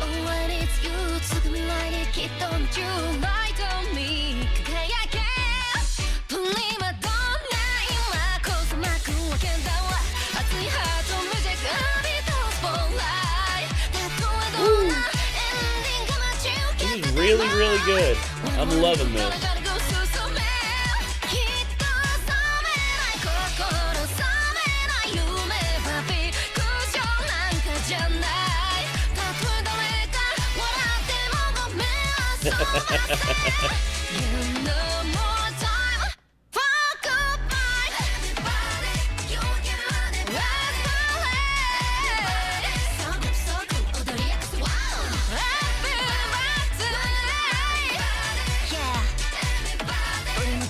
Also, hi everyone. Yeah, yeah. There's Smart Otaku. Okay, let's see. All right, so Manx hasn't dropped the hammer yet, so I guess I'll give it a little bit of time. We'll see what Manx decides to do. But yeah, this was this was really well done. I loved that. That was so good. Man. Smart Otaku, you know what? Every now and again, you genuinely surprise me with your videos. Every now and again, I'm just like, am I gonna have to resort to bonking, or am I actually just gonna be like, oh, I'll be damned. What about me, Nate? What about you? What about you, Busy? Like, Bismarck, I have made it abundantly clear. What you send in, I'm just like, I'm always just like thinking to myself, how far is Bismarck going to take it? But lately, I've understood, like, oh, so this is, 10 away from another 50 goal. Yep, 10 away from another 50. That's right. So, gosh. I can only imagine because it's either going to be the Bean Boozled or it's going to be something else. I don't know. It's going to be Bean Boozled or the Helium Challenge. But yeah, every now and again, it's like Bismarck or Smart Otaku or Manx or just I'm just wondering like who's going to be the most chaotic tonight. That I wonder. That is And thankfully tonight we haven't really had anything that's been overly chaotic, and honestly I'm cool with that. I'm cool with things being chill, especially considering we're not going to be streaming as long tonight, and it's a bit later than normal for me starting this. But yeah. All right. I think we're yeah. All right, everybody. Well, I'm probably gonna call it here, everybody. So, this was a good night. This was a My chaotic will be back after WrestleMania. That's fine. Really, Nate? Kick has been annoying. Really? What's Kick been up to? Has it been mostly just, Renegade related memes? I'm actually probably going to save those for Friday because I really need to get to bed because it's a little bit further past when I wanted to stop. I wanted to try and stop like around 1:30 or so, but here we are almost a year later. Or an hour later. Plus, I've already had a long day of had 5 bands here tonight. Oh my gosh. I'm sorry, Kelsey. Once again, Kick is just redonkulous with that shit. It annoys the hell out of me. Alright. But, don't know. Uh-oh. Don't know from who. Oh. See all Nintendo's patents getting rejected? And now we have this. Oh. We got something here from Manx. Is $1. Is $1. Introducing No Man's Sky. Oh no. What? Are you kidding me? For real? Is this a real thing?